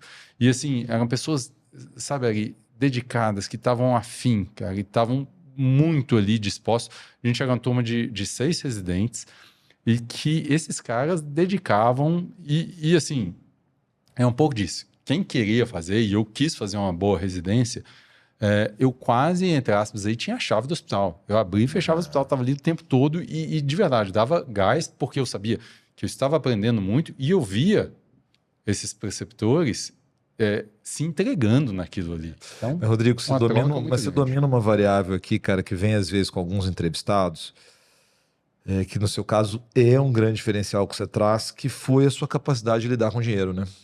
Porque ao ter uma capacidade adequada e vir ganhando camadas, Sim. você chegou nessas situações com menos vulnerabilidade, Sim, né? sim. E tanto que eu era um residente que não dava muito plantão, era até chato. Meus colegas, mas assim, dava. é porque hoje a gente vai falar nessa carreira empresarial, eu vou falar pelo menos na minha perspectiva, cara. Para mim, o que diziam é o seguinte: olha, médico bom é o que anda de jaleco puído entre a Santa Casa e o HC. Faltava, às vezes, esse modelo de não, mas você pode empreender, dinheiro é uma relação que você tem que dominar, não é algo simples. Então, eu acho que muita desinformação e dificuldade de lidar com isso. Sim. Olha a sua formação, como é que você conseguiu lá. Você vê que cada coisa que você conta, você pode viver com intensidade, ou seja, por você ter liberdade, né? A liberdade da independência financeira. Mas eu acho isso. A gente, às vezes, tem vergonha de falar de dinheiro. Liberdade financeira talvez seja uma das maiores liberdades que você pode ter. É isso aí. Completamente. Você não fica refém. Você não fica refém. E aí, nessa formação lá na residência, um colega de residência foi... Eu já estava lá. Lembra do negócio do ser instrutor de SLS? Poxa, eu mudei de cidade, eu fiz lá em BH, os caras nem vão lembrar de mim, não sei o quê. Network. Esse colega de residência foi chamado para ser instrutor de SLS.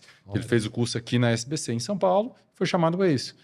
O que é SBC? Sociedade Brasileira de Cardio. Eu falei, Marcelo, pô, não consegue me indicar nisso? Eu tinha acabado de conhecer, mas... Enfim. O Marcelo virou para mim e falou assim... e por que ele me estendeu esse convite? E vou te explicar. Porque lá, ele e mais um colega tínhamos uma certa paixão ali por emergência e a gente começou a treinar os profissionais do hospital para fazer o atendimento de emergência. Olha. Então, a gente começou meio que instintivamente a ajudar os colegas ali, melhora isso aqui, vamos fazer isso ali, fazer o que a gente ensina hoje dos colegas do ACLS, que é fazer um debriefing. Uma conversa com o time no final de cada atendimento. Isso vale para o ACLS, mas vale para qualquer coisa na vida. Vale. Entregou um projeto, chama ali. Vamos ver o que a gente acertou, o que a gente errou. Vale. E faz essa conversinha ali.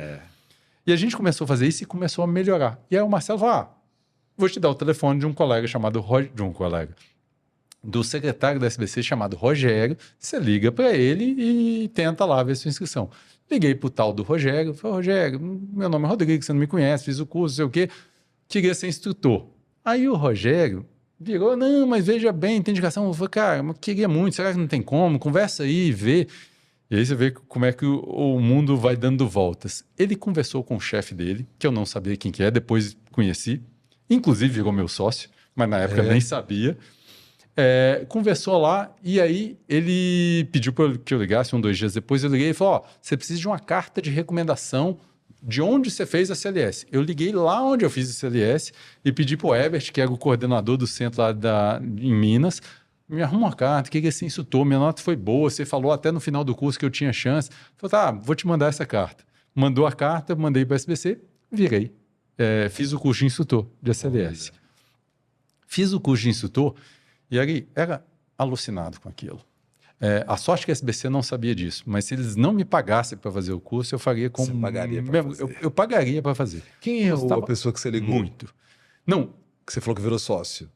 Canezinho. O Canezinho? O Canezinho. Olha, cara. Porque até então a SBC aceitava instrutores, quem tinha feito o curso lá, e um instrutor da SBC indicou como potencial instrutor. E aí nessa que eu liguei pro Rogério, ele pentelhou o Canezinho lá em Londrina, que o Canezinho na época coordenava o centro de treinamento da SBC. Então, para quem não é daqui, Manuel Canezinho. Manuel Canezinho, cardiologista. Cardiologista, na época ainda não era professor, mas virou professor titular da UEL, lá em Londrina. E nessa época ele coordenava o centro de treinamento da Sociedade Brasileira de Cardio.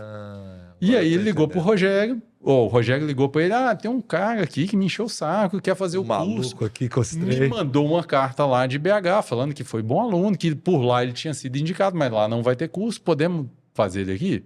E teoricamente, na regra da American Heart, isso podia, mas nenhum centro. A American Heart é a sociedade... É a sociedade que criou o ACLS. Americana. E aí me liberaram, fui fazer o curso de ACLS. E na época eu fiz uma turma que foi uma das... Foram 10 instrutores, mas foi uma turma que fez muito instrutor de ACLS que fez muito curso depois. Então você virou já um treinador de treinadores. Eu ainda um treinador de alunos ali. Fazia a instrução final. Isso. Era instrutor. E aí fiz o curso de instrutores, comecei a fazer muito curso, e muito curso mesmo. Eu fui num crescente, assim, na residência fiz bastante, fui aumentando, me apaixonando por aquilo, queria muito aquilo. A gente capacitou aí lá em Presidente Prudente. Todo mundo na emergência, era engraçado atender parada cardíaca, e lá tinha um volume muito grande. Atendia parada todo dia, entubava todo dia, passava acesso todo dia. Era um volume muito grande de pacientes. E no final, Ari, do primeiro ano de residência para o segundo, a gente ia numa pegada de não falar durante a parada, porque todo mundo sabia o que tinha que fazer. Que legal, cara. Cara, silencioso, pá. E o atendimento. E eu dei muita sorte na residência, por vários motivos. Tem várias histórias que aconteceram e que, assim... E aí nós já saímos do setênio 21, 28? Ainda em 28. Mas várias sortes de coisas que eu já tinha visto no passado, que eu vi na Amazônia, porque eu vi na toxicologia, e tá ali de alguém perguntar e eu conhecer a doença porque já tinha visto ali. E aí, acabou a residência de clínica, eu vim para São Paulo, eu era residente, eu passei na residência do Dante, vim fazer cardiologia no Dante, isso em 2008, entrei no Dante, isso eu devia estar com meus 26 para 27, acho que é isso, eu não estou roubando um pouquinho para mim, mas é isso, no final nesse setênio aí, eu estava no Dante fazendo residência de cardio, e era instrutor de ACLS. Nossa. E as coisas têm a ver. A ACLS é Advanced Cardiovascular Life Support. Suporte de vida em cardiologia. Eu fui fazer cardiologia.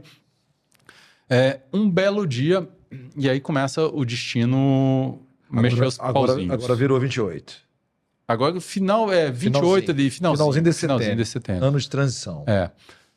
Eu fazendo cardiologia...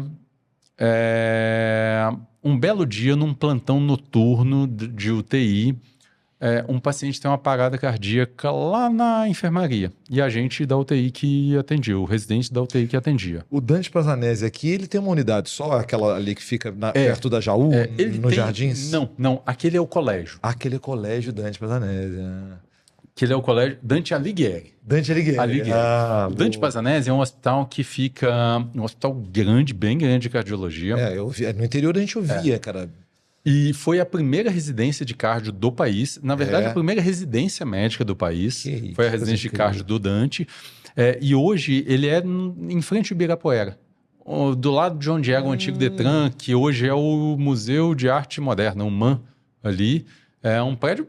Baita localização ali no Paraíso, em frente ao parque, um hospital grande, com UTI grande, com uma história de residência grande e com um número de residentes bizarramente grande. São 40 residentes de cardio no Dante. 40. É muita gente. Eu acho que aumentou, viu? Na minha época, eu acho que hoje são mais. E aí, um belo dia, plantão noturno do Dante, na UTI, sou chamado, parada cardíaca no andar. Sai correndo, tal, chego lá no andar, estão atendendo lá uma senhorinha, 90 e poucos anos, uma das primeiras pacientes de válvula cardíaca implantável, de TAV. Nessa época, a indicação era um estudo científico. A indicação é paciente que já não tem mais indicação cirúrgica porque não vai resistir à cirurgia. Então, tem insuficiência cardíaca grave, tem a insuficiência valvar ou estenose valvar, e tem indicação da troca valvar, mas não vai resistir à cirurgia. Então, eram pacientes graves, que com mortalidade alta para caramba. Terminalidade. Terminais, quase. E aí, cheguei lá para atender, comecei o atendimento, a CLS na ponta dos cascos ali, porque fazia isso todo dia, ensinava isso todo dia. E o atendimento ali foi um lixo. Por erros básicos, assim, do tipo... Pega adrenalina, aspira adrenalina. Não tem adrenalina. Falei, cara, não tem adrenalina? Tem, não tem. Falei, tá bom, vai, vamos lá. Tava um AESP, vamos atender, meio que sozinho, porque os enfermeiros não conseguiam ajudar, bater cabeça e tal. No final da história, infelizmente, a paciente faleceu. Possivelmente, ou até provavelmente, mesmo se tudo fosse tudo certinho, ela ia falecer, era muito grave e tal. Mas eu, revoltado com aquilo, voltei para a UTI, fiz uma carta de 2 ou 3 páginas, escrevi para a diretora do hospital, doutora Amanda, na época, e mandei. Entreguei lá. No outro dia de manhã, eu não sabia se eu me arrependia, se eu me jogava da ponte, que raio que eu fazia, que cagada que eu fiz. Principalmente lá pelas 9 da manhã, quando eu recebo uma ligação lá, assim, doutora Amanda quer falar contigo. Falei, nossa, mas que cagada que eu vi. No final da residência, ia terminar bonitinho. Para que eu fui fazer bobagem? Vamos lá. Sentei na sala da doutora Amanda. A doutora Amanda é uma lady, de verdade. Uma educação impressionante, uma polidez, assim. Virou para mim, perguntou o que aconteceu. Eu fiz o relato exatamente da carta. E foi engraçado, o Ari, porque não tinha fel na carta. Tinha um relato do que tinha acontecido. E ela, depois que eu relatei, ela me perguntou, tá, e o que você sugere para mudar isso? Eu falei, doutora, eu acho que a gente tinha que treinar esse povo. Eu sou o instrutor de ACLS, o Dante foi um dos primeiros centros de ACLS do país, o centro de treinamento do Dante está fechado e a gente precisa reativar esse centro para poder fazer isso. Tá, e o que faz para reativar? Aí contei a história. E não sei, você consegue tocar isso? Consigo. Então, olha, tá bom, que legal. Vamos ver isso. Passou uma semana, ela foi lá, chamou a doutora Beth, que era a chefe do PS da época, e incumbiu a doutora Beth de reativar o centro de treinamento. A doutora Beth me chamou, a doutora Beth era brava pra caramba, chamou lá, Rodrigues, a doutora Amanda me chamou, tem que fazer, não sei fazer nada disso, que sei o que você inventou, tal. Te vira aí. O que você precisa? Fala, doutora, eu preciso de uns manequins, preciso de não sei o que, preciso disso e daquilo, mas eu acho que aqui já tem tudo, porque existe o centro. Então, ó, vou ver, arrumou uma chave, me mandou lá para um negocinho que era embaixo de uma escada, um depósito mofado, fedorento, ruim pra caramba. Me entregou e falou, cara, o material é seu. Vê o que dá para salvar. Salvamos um tanto de manequim, fizemos um negócio, precisou de comprar uma outra coisinha e reativamos o centro de treinamento. E aí começamos o ACLS lá. E aí eu lembro dos primeiros cursos. 4 alunos. Porque eu que trazia um ali que conhecia o outro, os instrutores meus conhecidos.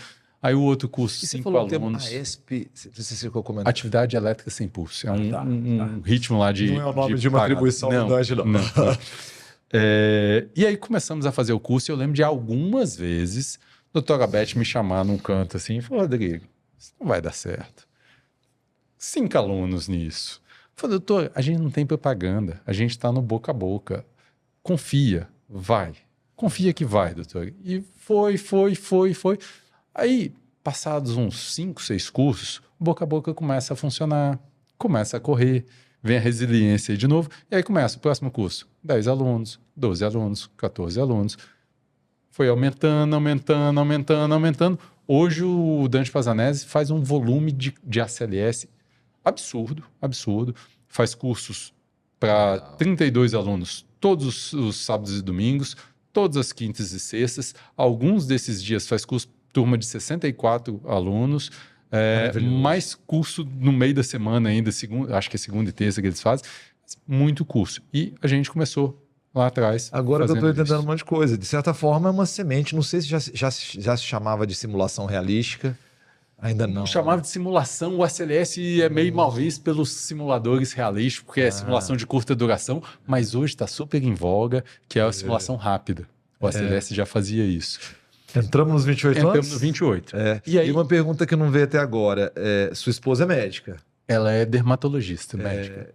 É colega de faculdade? Não. A Larissa, eu não contei na história, mas começou lá atrás, quando eu tinha 19 para 20. Eu sabia que tinha uma coisa nesse tempo voltando. A gente começou... Ela é de Valadares. Ela é de Valadares também. A gente se conheceu em 99, em Valadares, num carnaval. Olha aí, tá fazendo quase 25 anos. Que legal. Quase 25 anos. Que legal. Voltamos então agora para os 28 anos. E aí, aos 28, eu, lá nessa época, terminando a residência, Estava no centro de treinamento do Dante, muito ativo lá, ocupava um papel que é chamado de faculty, que aí sim era o treinador de treinadores. Aí você vira treinador de treinadores. Por que disso? Porque há um tempinho antes, na SBC, eu lembro que eu falei com o Gilson Feitosa, num curso que estava em Goiânia, eu virei para ele, Gilson, como é que faz para ser diretor de curso? Até então eu era instrutor.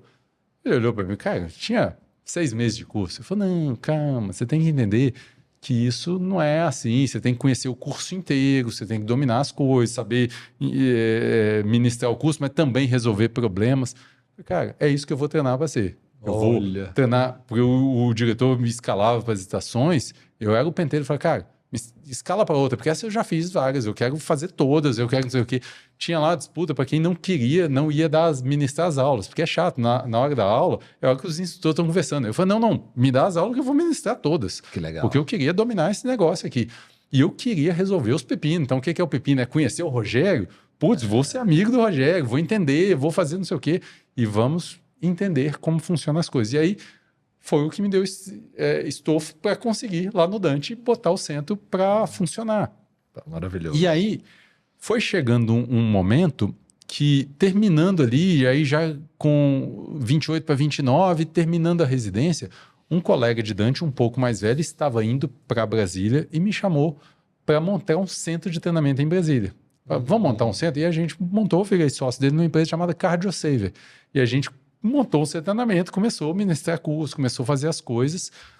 E o CardioSaver, nessa época, eu fiz reforcei os laços com o Canezin, lá em Londrina, porque a gente virou sítio de treinamento da UEL. O Dante tinha uma política de não podia ter sítio, e pela amizade lá atrás, o Canezin abriu as portas, aí virei sítio de treinamento. E a CardioSave, infelizmente, durou pouco tempo, porque uma das sócias, que é a Loíra, esposa do Ítalo, que era o outro sócio, ela teve um problema pulmonar, teve que resolveu voltar para Fortaleza, eles mudaram e a empresa se dissolveu. Mas eu fiquei naquilo, poxa, eu quero a CLS e eu gosto daquilo, eu queria continuar fazendo. Eu estava no Dante, nessa época no Dante, eu fazia muito curso com outro colega que teve uma amizade que começou na tempo de Sociedade Brasileira de Cardio e que virou, felizmente, uma amizade muito, muito próxima, que é o Fabrício, que é meu outro sócio. Que eu tive a oportunidade de conhecer pessoalmente tem poucos dias, né? Poucos dias. Que é uma pessoa fantástica, apaixonadíssima por ensino e Mas educação. aí, então, no sítio de Londrina, ali já existia Manuel Canezin. Isso. E o Fabrício você conhece ali? O Fabrício eu conheci na SBC na Sociedade Brasileira de Cardiologia, como instrutor de SLS. Entendi. E a gente fazia um volume, fazia um volume de cursos grande na SBC. Então eu fazia, em média, por ano, 25, 26 cursos na SBC ano. Desses 25, 20 era com o Fabrício. Então a gente se via 20 fins de semana, passava 20 de semana 20 vezes por ano ali. Começou a crescer uma amizade. Quando eu fui para o Dante, o Fabrício estava na Escola Paulista de Medicina, e na Escola Paulista de Medicina, eu chamei ele para ir para o Dante, para ministrar curso. Entendi. Porque eu tinha uma missão, e o Fabrício já tinha terminado a residência, eu também, de fazer curso no Dante toda quinta e sexta. Tá. E aí, o residente do Dante, tinha muitos que eram instrutores, não podia quinta e sexta, ele estava na residência. E o Fabrício começou a fazer instrução fixa na quinta e sexta. Então, nós dois éramos instrutores quinta e sexta fixo ali, sempre. E aí o laço de amizade começou a crescer, porque se a gente fazia 20 e poucos cursos por ano na SBC, no Dante teve um ano lá de 2014 que eu fiz 76 cursos. Nossa. E o Fabrício fez 75. Então, 75 a gente estava juntos. Que legal. E muito próximo, e o Fabrício tinha uma relação já com o Canezin, porque o Canezin foi professor do Fabrício em Londrina. O Fabrício fez Londrina e o Canezin era professor dele e foi o instrutor de SLS dele. Olha só. As coisas vão se juntando. As peças se encaixam. Aí terminou a CardioSaver, eu montei uma empresa para continuar fazendo a CLS, chamada Medcor. Medcor, tá aqui. Esse eu tô vendo aqui. Quem não está nos vendo, eu tô vendo na cola. É do isso. seu currículo. Que eram centros de treinamento para fazer basicamente a CLS. Uhum. A gente começou a fazer curso, era uma empresa de um homem só no momento, porque fazia tudo, fazia matrícula, fazia imprimir as coisas, montava o manequim, limpava, chamava E era de vocês 3? Médico era só minha. Só sua? Só minha. Tá. Na verdade, eu e Larissa, era uma sócia, mas era eu que tocava. Tá. Eu que tocava. E aí foi uma época de muito trabalho, mas muito aprendizado. Muito curso, aprendi o curso, aí sim eu posso falar que eu aprendi o curso do início ao fim. Tá. Fazia tudo. Tá. A gente foi crescendo em volume, de repente, lembra do Rogério, que eu falei da SBC, que me deu a vaga lá, sim, que não sei o quê, papapá.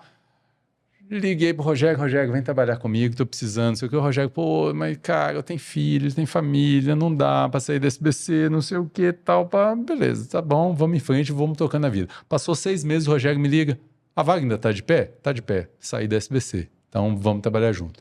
O Rogério veio trabalhar comigo e a gente começou a fazer muito curso, mas muito, eu falo muito mesmo. A gente fazia, sei lá, em alguns meses bons, tipo agosto, fazia 8 turmas de ACLS com 64 alunos, cara. Assim, era curso toda quinta, sexta, sábado e domingo, todo o mês inteiro, assim, muito curso. E aí,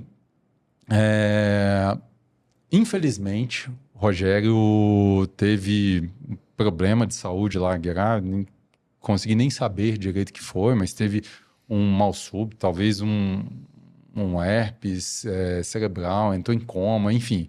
História trágica e faleceu 6 meses depois de UTI, ficou lá e faleceu aos 30 e poucos anos. Nossa. E aí voltei a ser sozinho na empresa. E você teve filhos? Não tem filhos. Não tem filhos. Não tem filhos. E aí, Larissa nunca, engraçado, nunca nem cogitou a hipótese, nunca quis. E que bom que o mundo de hoje aceita isso, né, Rodrigo? Porque era uma coisa...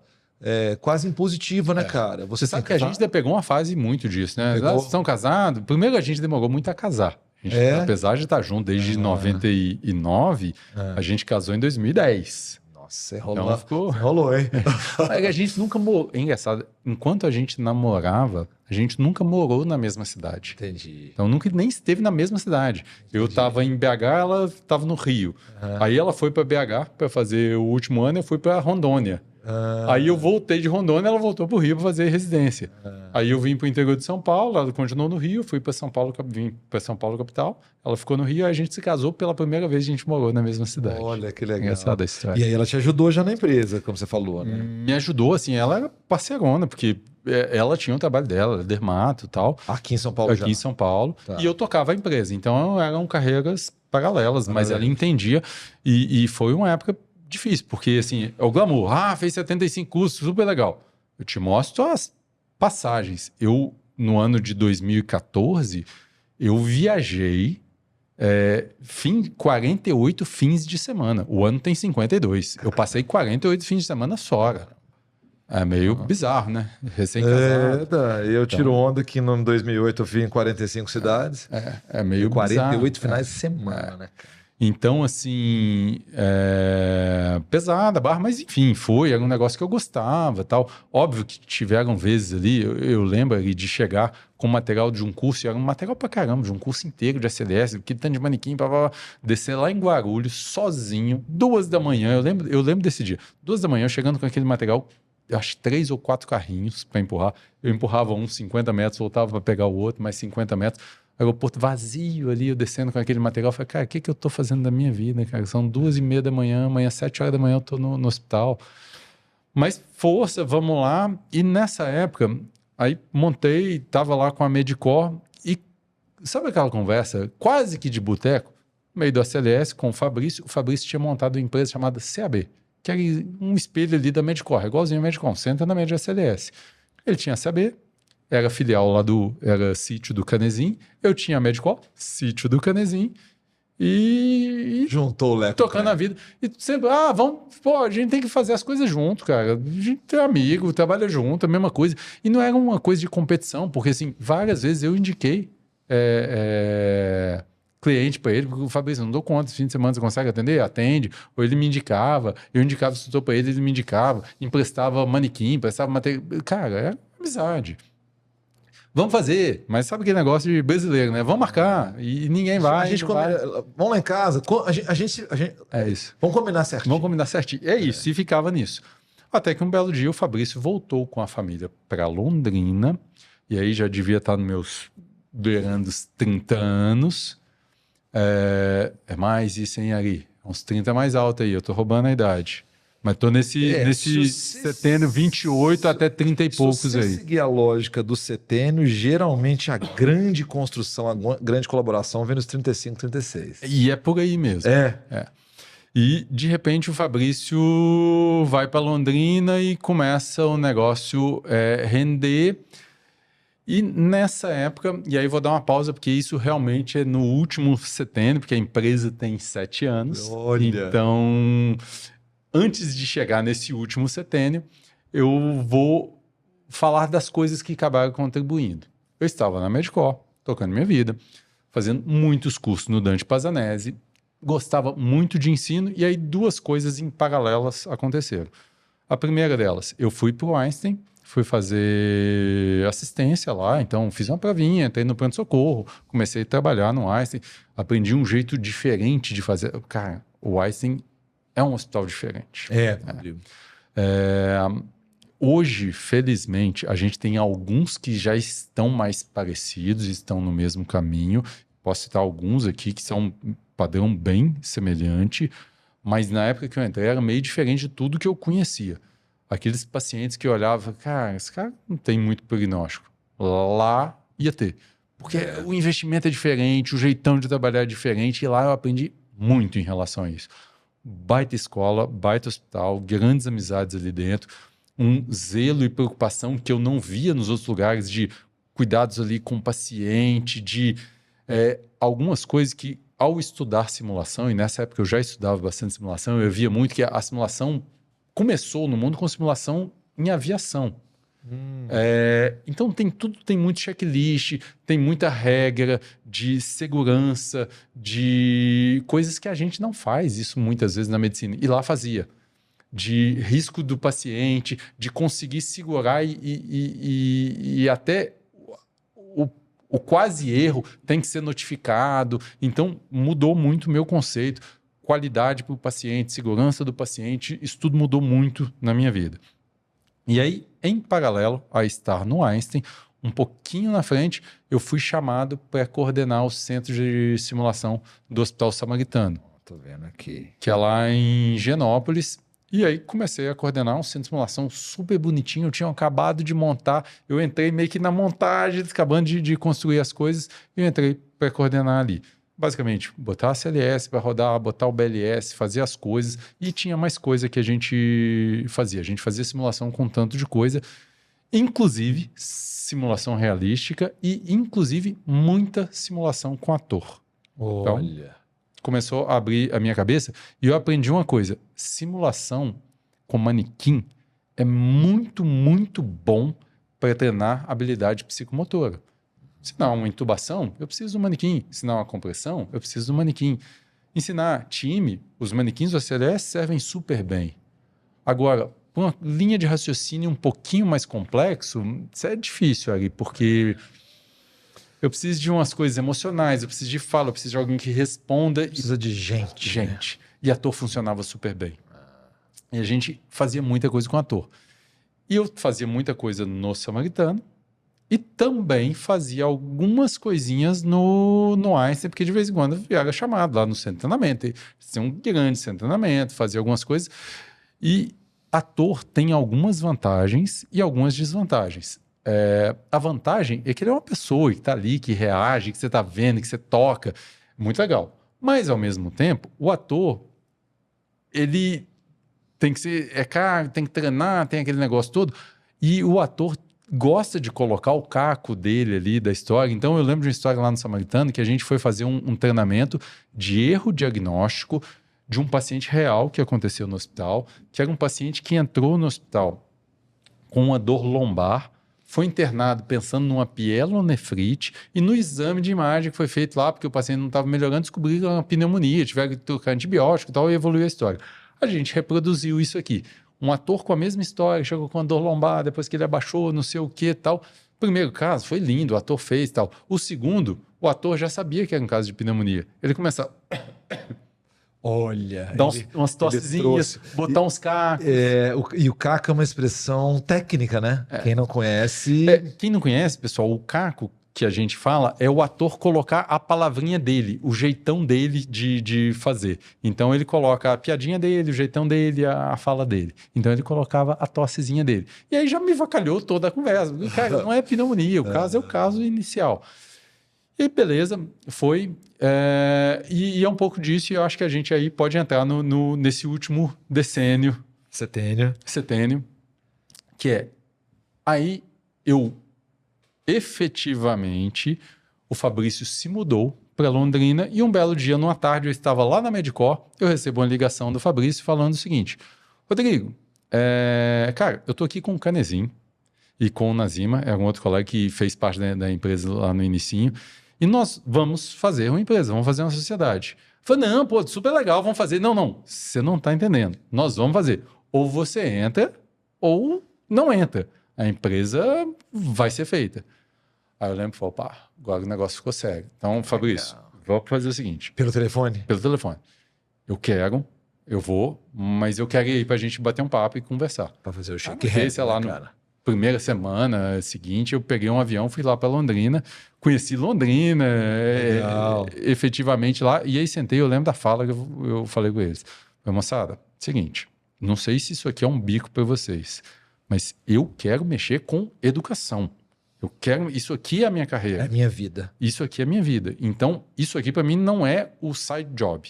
Uhum. Para vocês, isso aqui é o principal trabalho, porque eu não quero ficar aqui com alguém que é médico, não sei o quê, e tá tocando a vida. Side job é uma coisa que job e eu não consigo sustentar plano minha casa. B, né? É isso. O famoso plano B. Porque isso aqui para mim E já estava no setênio, tá no 36 a 42? Isso. 36 a 42. Isso. Que é o da realização. E aí, fala, não, isso aqui... Mentira pra mim. Fala, não, isso aqui pra mim, isso aqui é a nossa... É o que a gente quer fazer. Mentira. Hoje é. Na época não era. Se eles ouvirem falar, eles vão desmentir. Mas não é. Aí, beleza. Montamos Active. Começou em 2016. Olha que legal. Criamos Active e vamos tocar a vida ali fazendo Active. E aí, a gente trouxe algumas bagagens nessa história.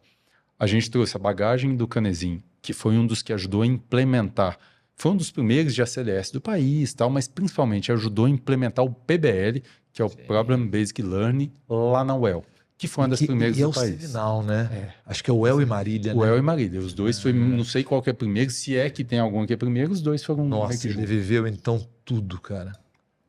Aprendeu como colocar aquilo, como fazer, e é isso. Então, trouxe toda essa bagagem. O Fabrício, com toda a vivência dele de escola paulista e tal, mas principalmente toda a vivência de ACLS, que tinha feito já muito curso, experiência de montar um centro de treinamento, de fazer, de coordenar o centro de treinamento da Escola Paulista, nós dois juntos tínhamos coordenado o centro de treinamento da SBC, eu, Fabrício Canezin e mais outros colegas, claro, montamos o curso TECA na SBC, então a gente tinha uma proximidade, tinha uma amizade, mas efetivamente ali montamos a empresa Active, que começou como um centro de treinamento, basicamente de curso presencial com manequim. Então, basicamente, Savic, ACLS, essas coisas. Tá. Que são baita cursos e tal, mas tinha coisas que incomodavam ali, porque, poxa, eu via lá que o ator me ajudava nas coisas e faltava. Então, eu queria trazer para a empresa um trem diferentão. Sim. Eu queria trazer simulação com realística, eu queria trazer ator. Mas, cara, para curso curto, como é que faz? Como é que não faz? Vamos em frente e vamos tocar. E aí vem um lado meu meio maluco da vida. Eu gostava, e não me pergunte por que disso, mas na época... eu estava fazendo um curso de História da Arte e que eu aprendi algumas coisas meio malucas lá de ver, e estava fazendo um curso de Storytelling também que me ajudou muito em construir uma jornada de educação melhor, tal. E aí, em 2015, fui para o congresso da American Heart lá nos Estados Unidos para ter o lançamento da diretriz de ACLS de 2015, que a cada 5 anos eles renovavam essa diretriz. Quando eu cheguei nesse congresso lá, eu vi um negócio que na mesma hora eu liguei para o Fabrício, para o Canezinho e falei, a gente precisa levar isso para o Brasil, que era uma mesa de simulação chamada Body Interact. Uma mesa de simulação muito legal, uma ferramenta fantástica, que você interage, simula ali, mexe com um boneco, um manequim virtual, e que você faz todas as ações que você tem no manequim. E eu liguei para os outros e falei, cara, eu quero levar isso para o Brasil, porque vai revolucionar a forma de a gente fazer os cursos, as coisas. Aí o Fabrício, pô, que legal, não sei o quê. E o Canezinho, na cara de pau, falou, não, já conheço esses caras. Eu conheço, é o Pedro, que é o dono lá, é um português, vai lá conversar com ele, não sei o quê. Fui lá conversar com o Pedro, realmente ele conhecia, era o Pedro, português.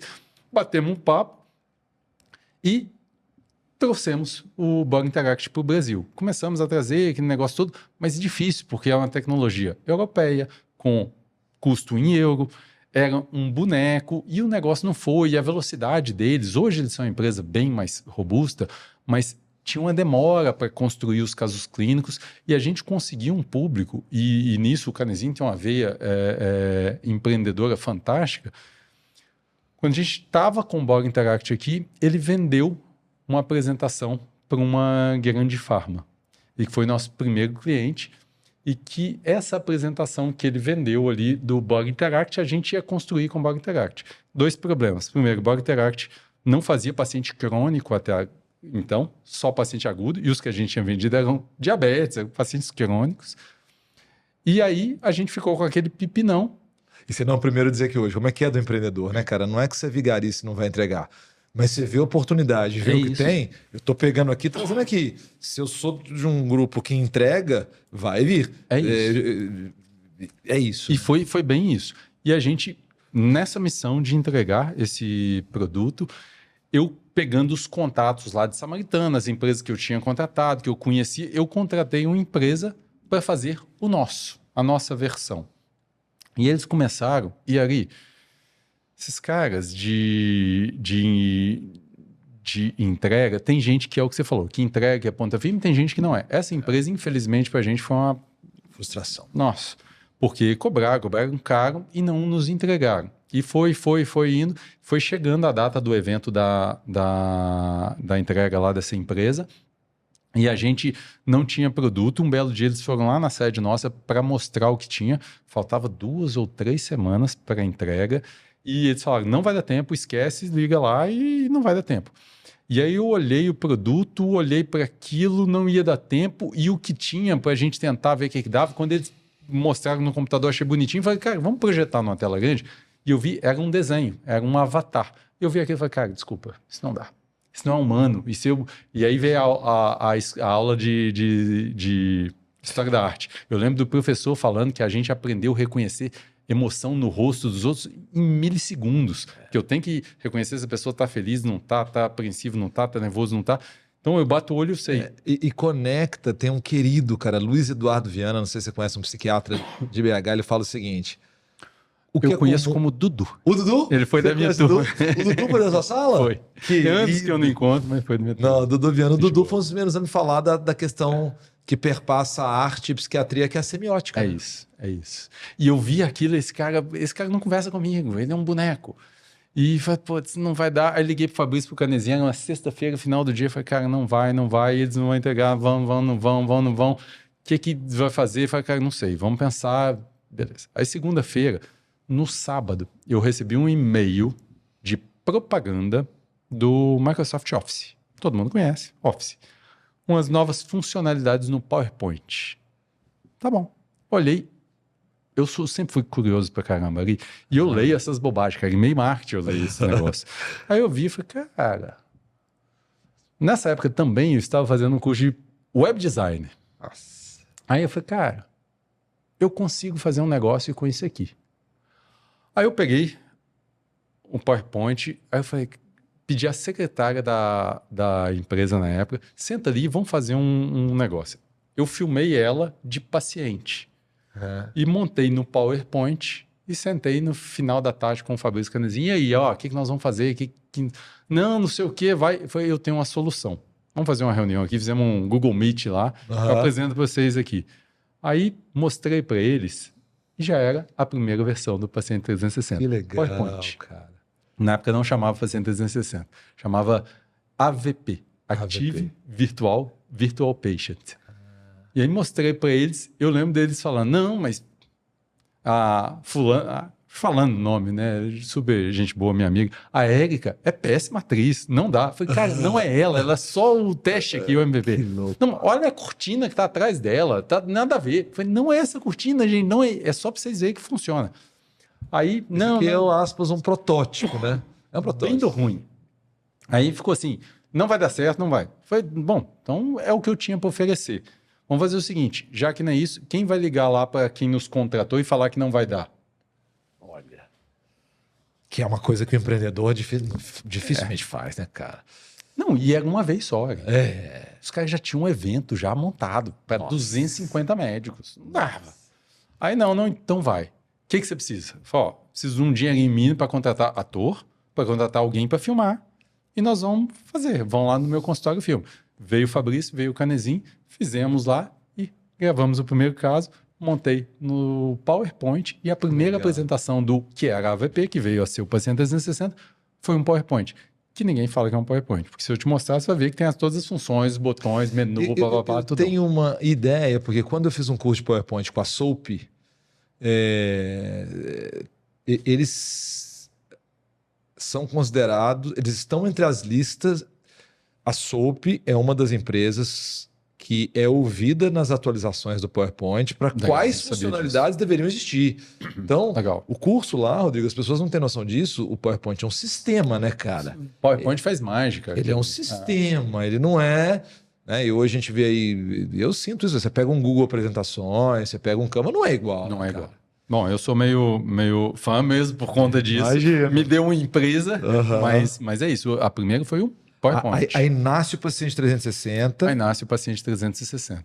Eu acho que a gente acabou trabalhando junto, eu tô vendo aqui o 360. Um pouquinho mais para frente formalmente, janeiro de 19. A gente trabalhou, eu acho que 20. Isso. Que a gente fez um trabalho junto. Foi isso aí. Não foi? Foi isso aí. E foi bem legal. Marcelo Calderaro. É isso. Foi nosso projeto de Cefaleia. Cara, então não tinha muito tempo o 360. Não, tinha 3 anos, é isso aí.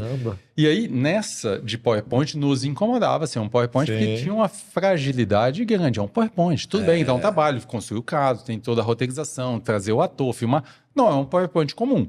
É um baita PowerPoint, mas era um PowerPoint. Aí a gente mudou de sistema e aí mudamos para um pacote SCORM.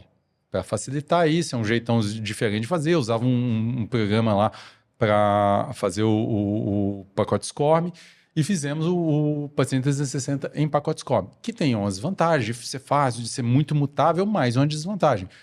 Ele é difícil de ser portátil, de mandar. E nessa época o Fabrício lá em Londrina conheceu um colega que apresentou um colega veio trabalhar com a gente, que é o Fábio, e depois conheceu um outro colega que chama Marlon, Fábio, troquei o nome, Fabiano, e apresentou o Marlon para a gente, que veio com a visão de fazer isso em programação mesmo, linguagem de programação, que é hoje o que é o Paciente.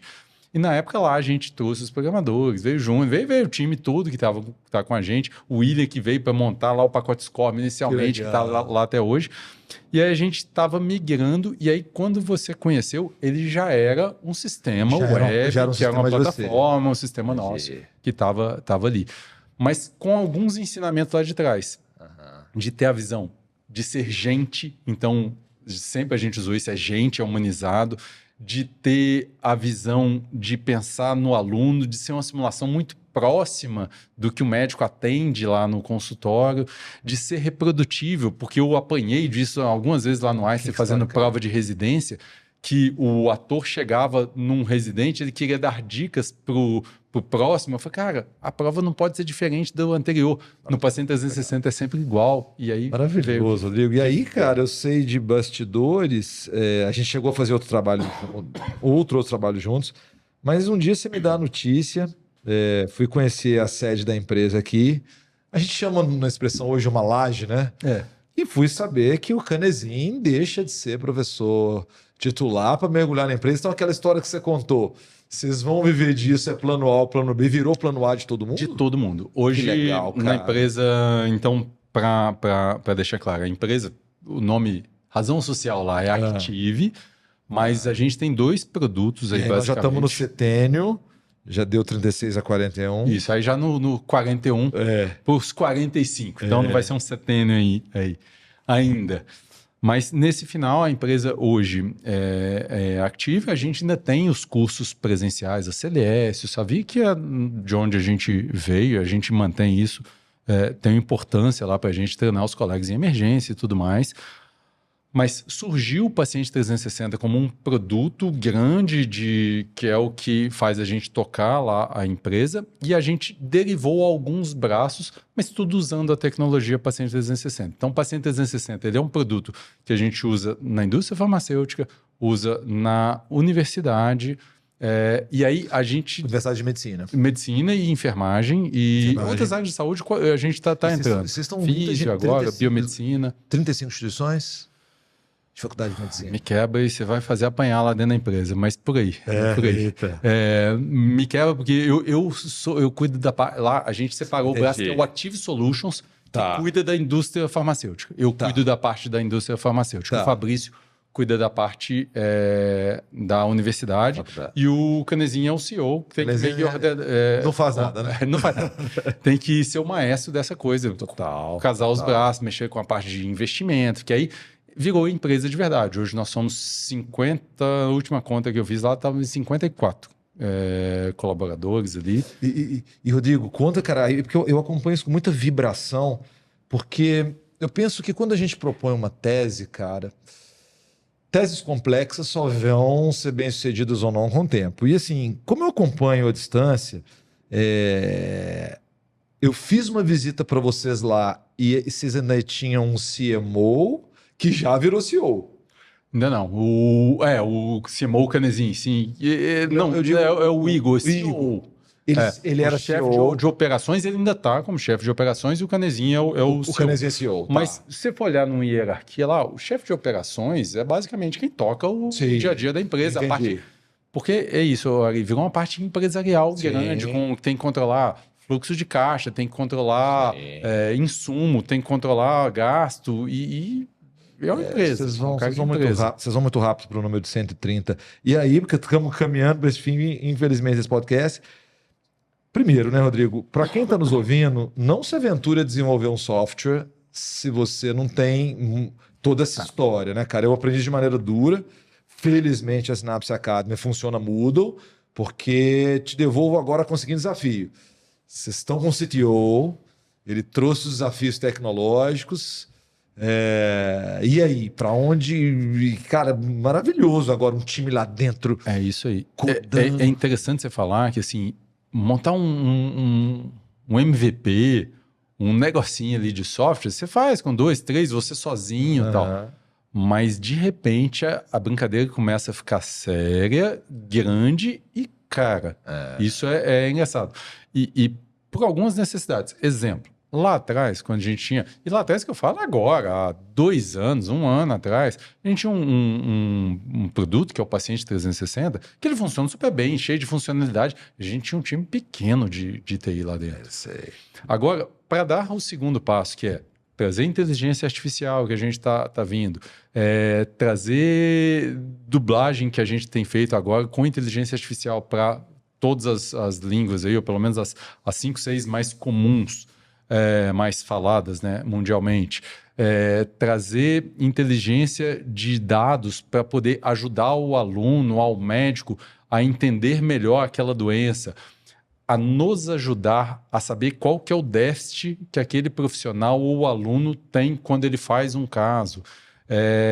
E aí melhorar nosso sistema. Aí a brincadeira começa a ficar mais embaixo. Então, vem orçamentos que assustam, cifras que você olha assim e fala, cara, a proposta do nosso CTO, e nós estamos embarcando e vamos junto, ele vai mais que triplicar nosso time de tecnologia e vai aumentar 50% o número de funcionários da empresa. Que legal. Só para tech. Que legal. Então você olha e você fala, cara, assusta. Mas é isso. Mas caminhando para o fim, Rodrigo, não sei se você conhece ainda, foi entrevistado aqui também, Lorenzo Tomé. Conheço. Conhece o Lorenzo? Conheço. E muito de você falar, eu não conheço pessoamente. Precisa esse encontro acontecer. Porque uma vez eu falei, chamei o Lorenzo de Steve Jobs da medicina. Boa. E agora eu já sei quem você é. O Bill Gates da medicina, né? Cara, super legal, tem muita coisa. Rodrigo, cara, incrível, um dos melhores episódios, sem dúvida. Claro, a gente gosta de todo mundo aqui. Pedi para você falar essas últimas palavras, o que você deixa de recado antes da gente fechar. E é isso, cara. O espaço é seu. Acho que você pode, não sei, deixar de recado final. De novo, a palavra é sua, mas muita gente que nos ouve aqui fica pensando, se debruça com obstáculos, com dificuldades, né? E essa história da inteligência artificial, eu trabalho muito com gente do marketing que fala, cara, tô com medo, eu sou roteirista, será que eu vou ter trabalho? Então, né, em Minas a gente fala muito oncotô, oncovô, e aí essa provocação, né, Rodrigo? Tem remédio para essa história ou o quadro é distópico e vamos todo mundo pro Mad Max, né, que era da nossa época? Eu acredito que o quadro é mais utópico do que distópico. A gente tem muita coisa boa, assusta. Não vou dizer que não assusta, assusta pra caramba. Mas mensagens que eu tenho finais aí. Primeiro, antes, me permita fazer uma coisa, senão eles me batem em casa. Por favor. Pessoal, quem quiser conhecer mais o trabalho, conhecer a gente, nas redes sociais nossas lá tem 2 grandes canais. Um é o Paciente 360, em todas as redes sociais é @paciente 360, 360 numeral mesmo. E no Instagram, Active Solutions, no LinkedIn também, Active Solutions. Para a gente é um prazer que vocês vejam, conheçam os estudos, conheçam as coisas. Mas como mensagem ali assim, primeira coisa, a gente tem que ser resiliente. E um comentário que a gente tem que falar, você tem muita gente legal no time, eu conheci recentemente Desirê.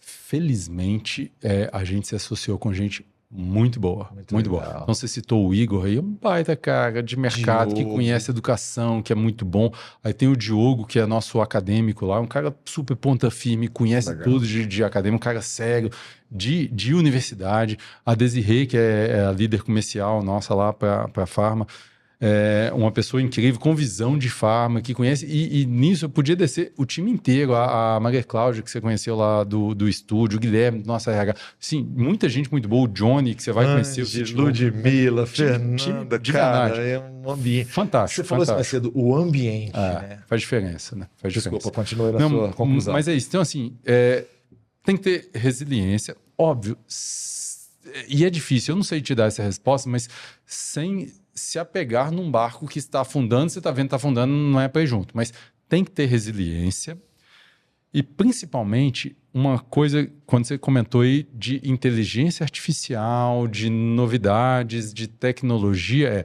nós temos que aprender a nos reinventar todos os dias. É provável que eu não continue fazendo o meu papel daqui a 3, 4, 5 anos. Porque vai mudar completamente. É provável que você não faça o seu papel daqui a 3, 4, 5 anos. Então, se eu pudesse dar um conselho para os colegas, para os mais jovens principalmente, tenha uma formação mais holística. Tudo bem, você pode se especializar, pode entrar de cabeça em uma coisa, mas abra a sua visão para o resto do mundo, que provavelmente você não vai começar e terminar sua vida numa carreira. Você vai ter que migrar e possivelmente mais de uma vez. Nossa. É importante isso. Putz, incrível, Rodrigo, super obrigado. Cara, a presença aqui incrível. Galera que nos ouve em casa, eu já vi muita gente vender ideia para querer disruptar e etc. Não é todo dia que a gente vê isso, né? Incrível como é que você foi misturando aqui nesse feijão tropeiro, deu de tudo, hein? Deu de tudo. Um daqui, um dali, etc. Super obrigado pela presença, Rodrigo. Obrigado, enfim, é maravilhoso, dá para ficar aqui 3 dias. Pessoal de casa, eu acho que a gente ampliou consciência hoje para esse...